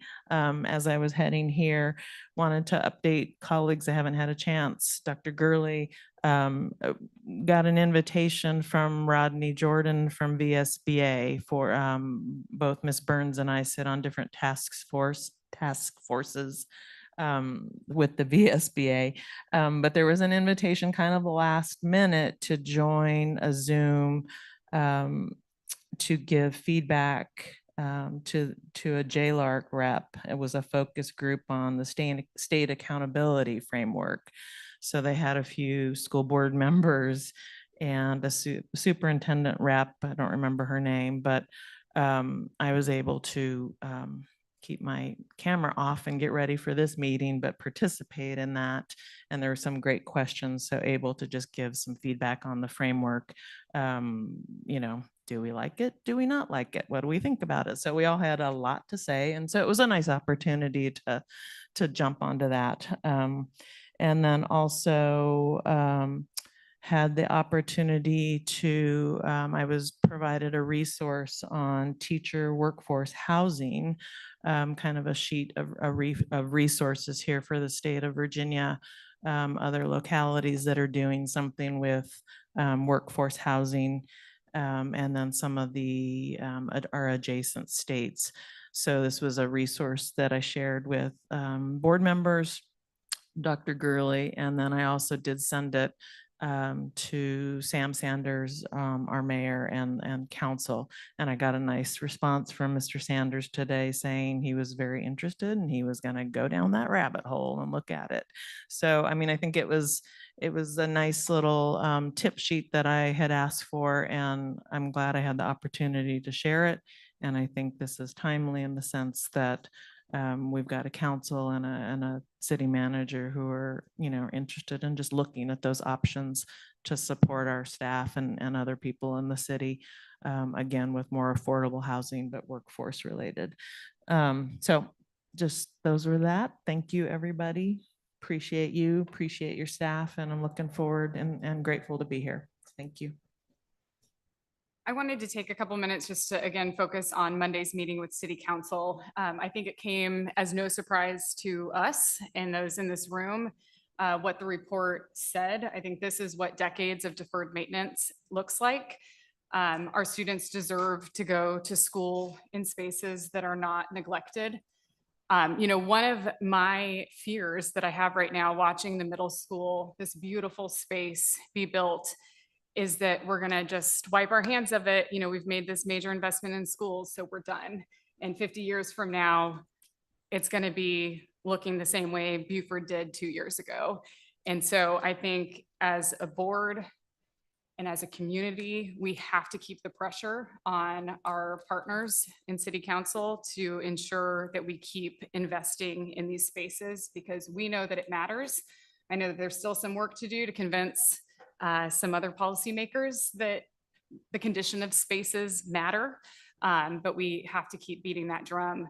Seeing the presentation on the possibilities that can happen on the Walker site were, exceptional. It is so exciting. It was, all of the just depression that we had following the FEI being taken from us, did kind of re-inspire me that, the work continues, right? We're still going to be doing these things and there is an opportunity here. So I think, no doubt that you all are with me in continuing to push for this, but I think we're also going to need to have some opportunities to bring the community along with us. Also, I guess in conclusion, just want to thank teachers and staff who choose to work in Charlottesville City Schools. Feel a little bit like a flight attendant saying, we recognize you have a choice, but we really do appreciate that you choose CCS. And I think it's our job as the board to continue to work to support Dr. Gurley and his team in making this a place where teachers and professionals choose to work. So thank you. So you sparked a memory, and I wasn't sure exactly what we were going to be hearing at that joint meeting with council. And I just didn't know, Dr. Gurley, if you've had an opportunity to kind of go through that punch list with Sam Sanders, or if at some point we can get an update on that. Yep, Miss soon. Powell's working on it and she'll be able to provide you, she'll be able to send out what the Super. work looks like. Thank you. We've already talked about it. All right, I'm going to turn it over to you, Dr. Gurley. All right, I just want to start by saying to Mr. Hartline that it's on the list. We are buying all new furniture for the LEAP program as a part of the reconfiguration process. So we're going to give attention to some of our learners who need us the most. And also when we go through that reconfiguration process, I think one thing we learned with the middle school project is that we don't have to hoard everything. I know it's nice to hold on to things in case we need it, but we will work with people to what's essential to our roles, and then we can pass on some things that we just really don't need, and we don't have to pay storage fees. And so everything will work out, but it's on the list. But LEAP, you're getting new furniture. You heard it here first. And I just want to, one thing that I took away from the conversations today is that, so often people say, I know you all had a great summer, you had the summer off, and we are busy during the summertime. We are busy. And when I say we, I'm going to defer to my colleagues that, they really have been working this summer. And, I've jumped in on a lot of those meetings, but a lot of things have been happening this summer as it relates to advisory groups and teachers engaging in professional learning to develop themselves. So we're very appreciative. And then Ms. Dooley and I were thinking the exact same thing. It is not cliche that smart and talented people can work anywhere. and that we do not take for granted that people choose to work here in Charlottesville City Schools for multiple reasons. But it is never lost on us that people choose us yearly, and to hear and to witness at the new teacher orientation how many teachers are coming to us with over 20 years of experience, and they whispered their why. And we knew that that would be their why. And so we are just excited that people are coming to us and bringing talent with them, because that will translate to success for our students as well. So just thank you for all that, you all do, the school board, and school starts back Wednesday, and we'll be out and about and just looking forward to receiving our learners. Thank you. All right, Ms. Swift, anything on our work session wrap up? No. No. Okay. So finally, some upcoming meetings. We have our board advance at K-Tech here towards the end of the month on August 23rd. And then quickly thereafter on Tuesday, the 26th, the Can I Talk to You Seville SRO MOU event that's been referenced several times tonight. And then we will be back here on Thursday, September 4th for our September school board meeting. And with that, we are, we are not quite Is adjourned. Is it Come Talk to Seville? Can I talk to Can you? I talk to you? Seville? Will that be captured by Zoom, or? Is there a remote participation, or is it all in person? I don't think it was built in, but I mean, if you want us to record it. Yeah, okay. It I would think I was just wondering because I will be out of town. So I think probably recording is more feasible than a hybrid. Pat said he can do whatever that's if it's Is that Trailblazer? if it's an Yes. interest, but I'll get the update from me. Pat said he could do whatever we want. Okay, perfect. All right, so with that, we are adjourned.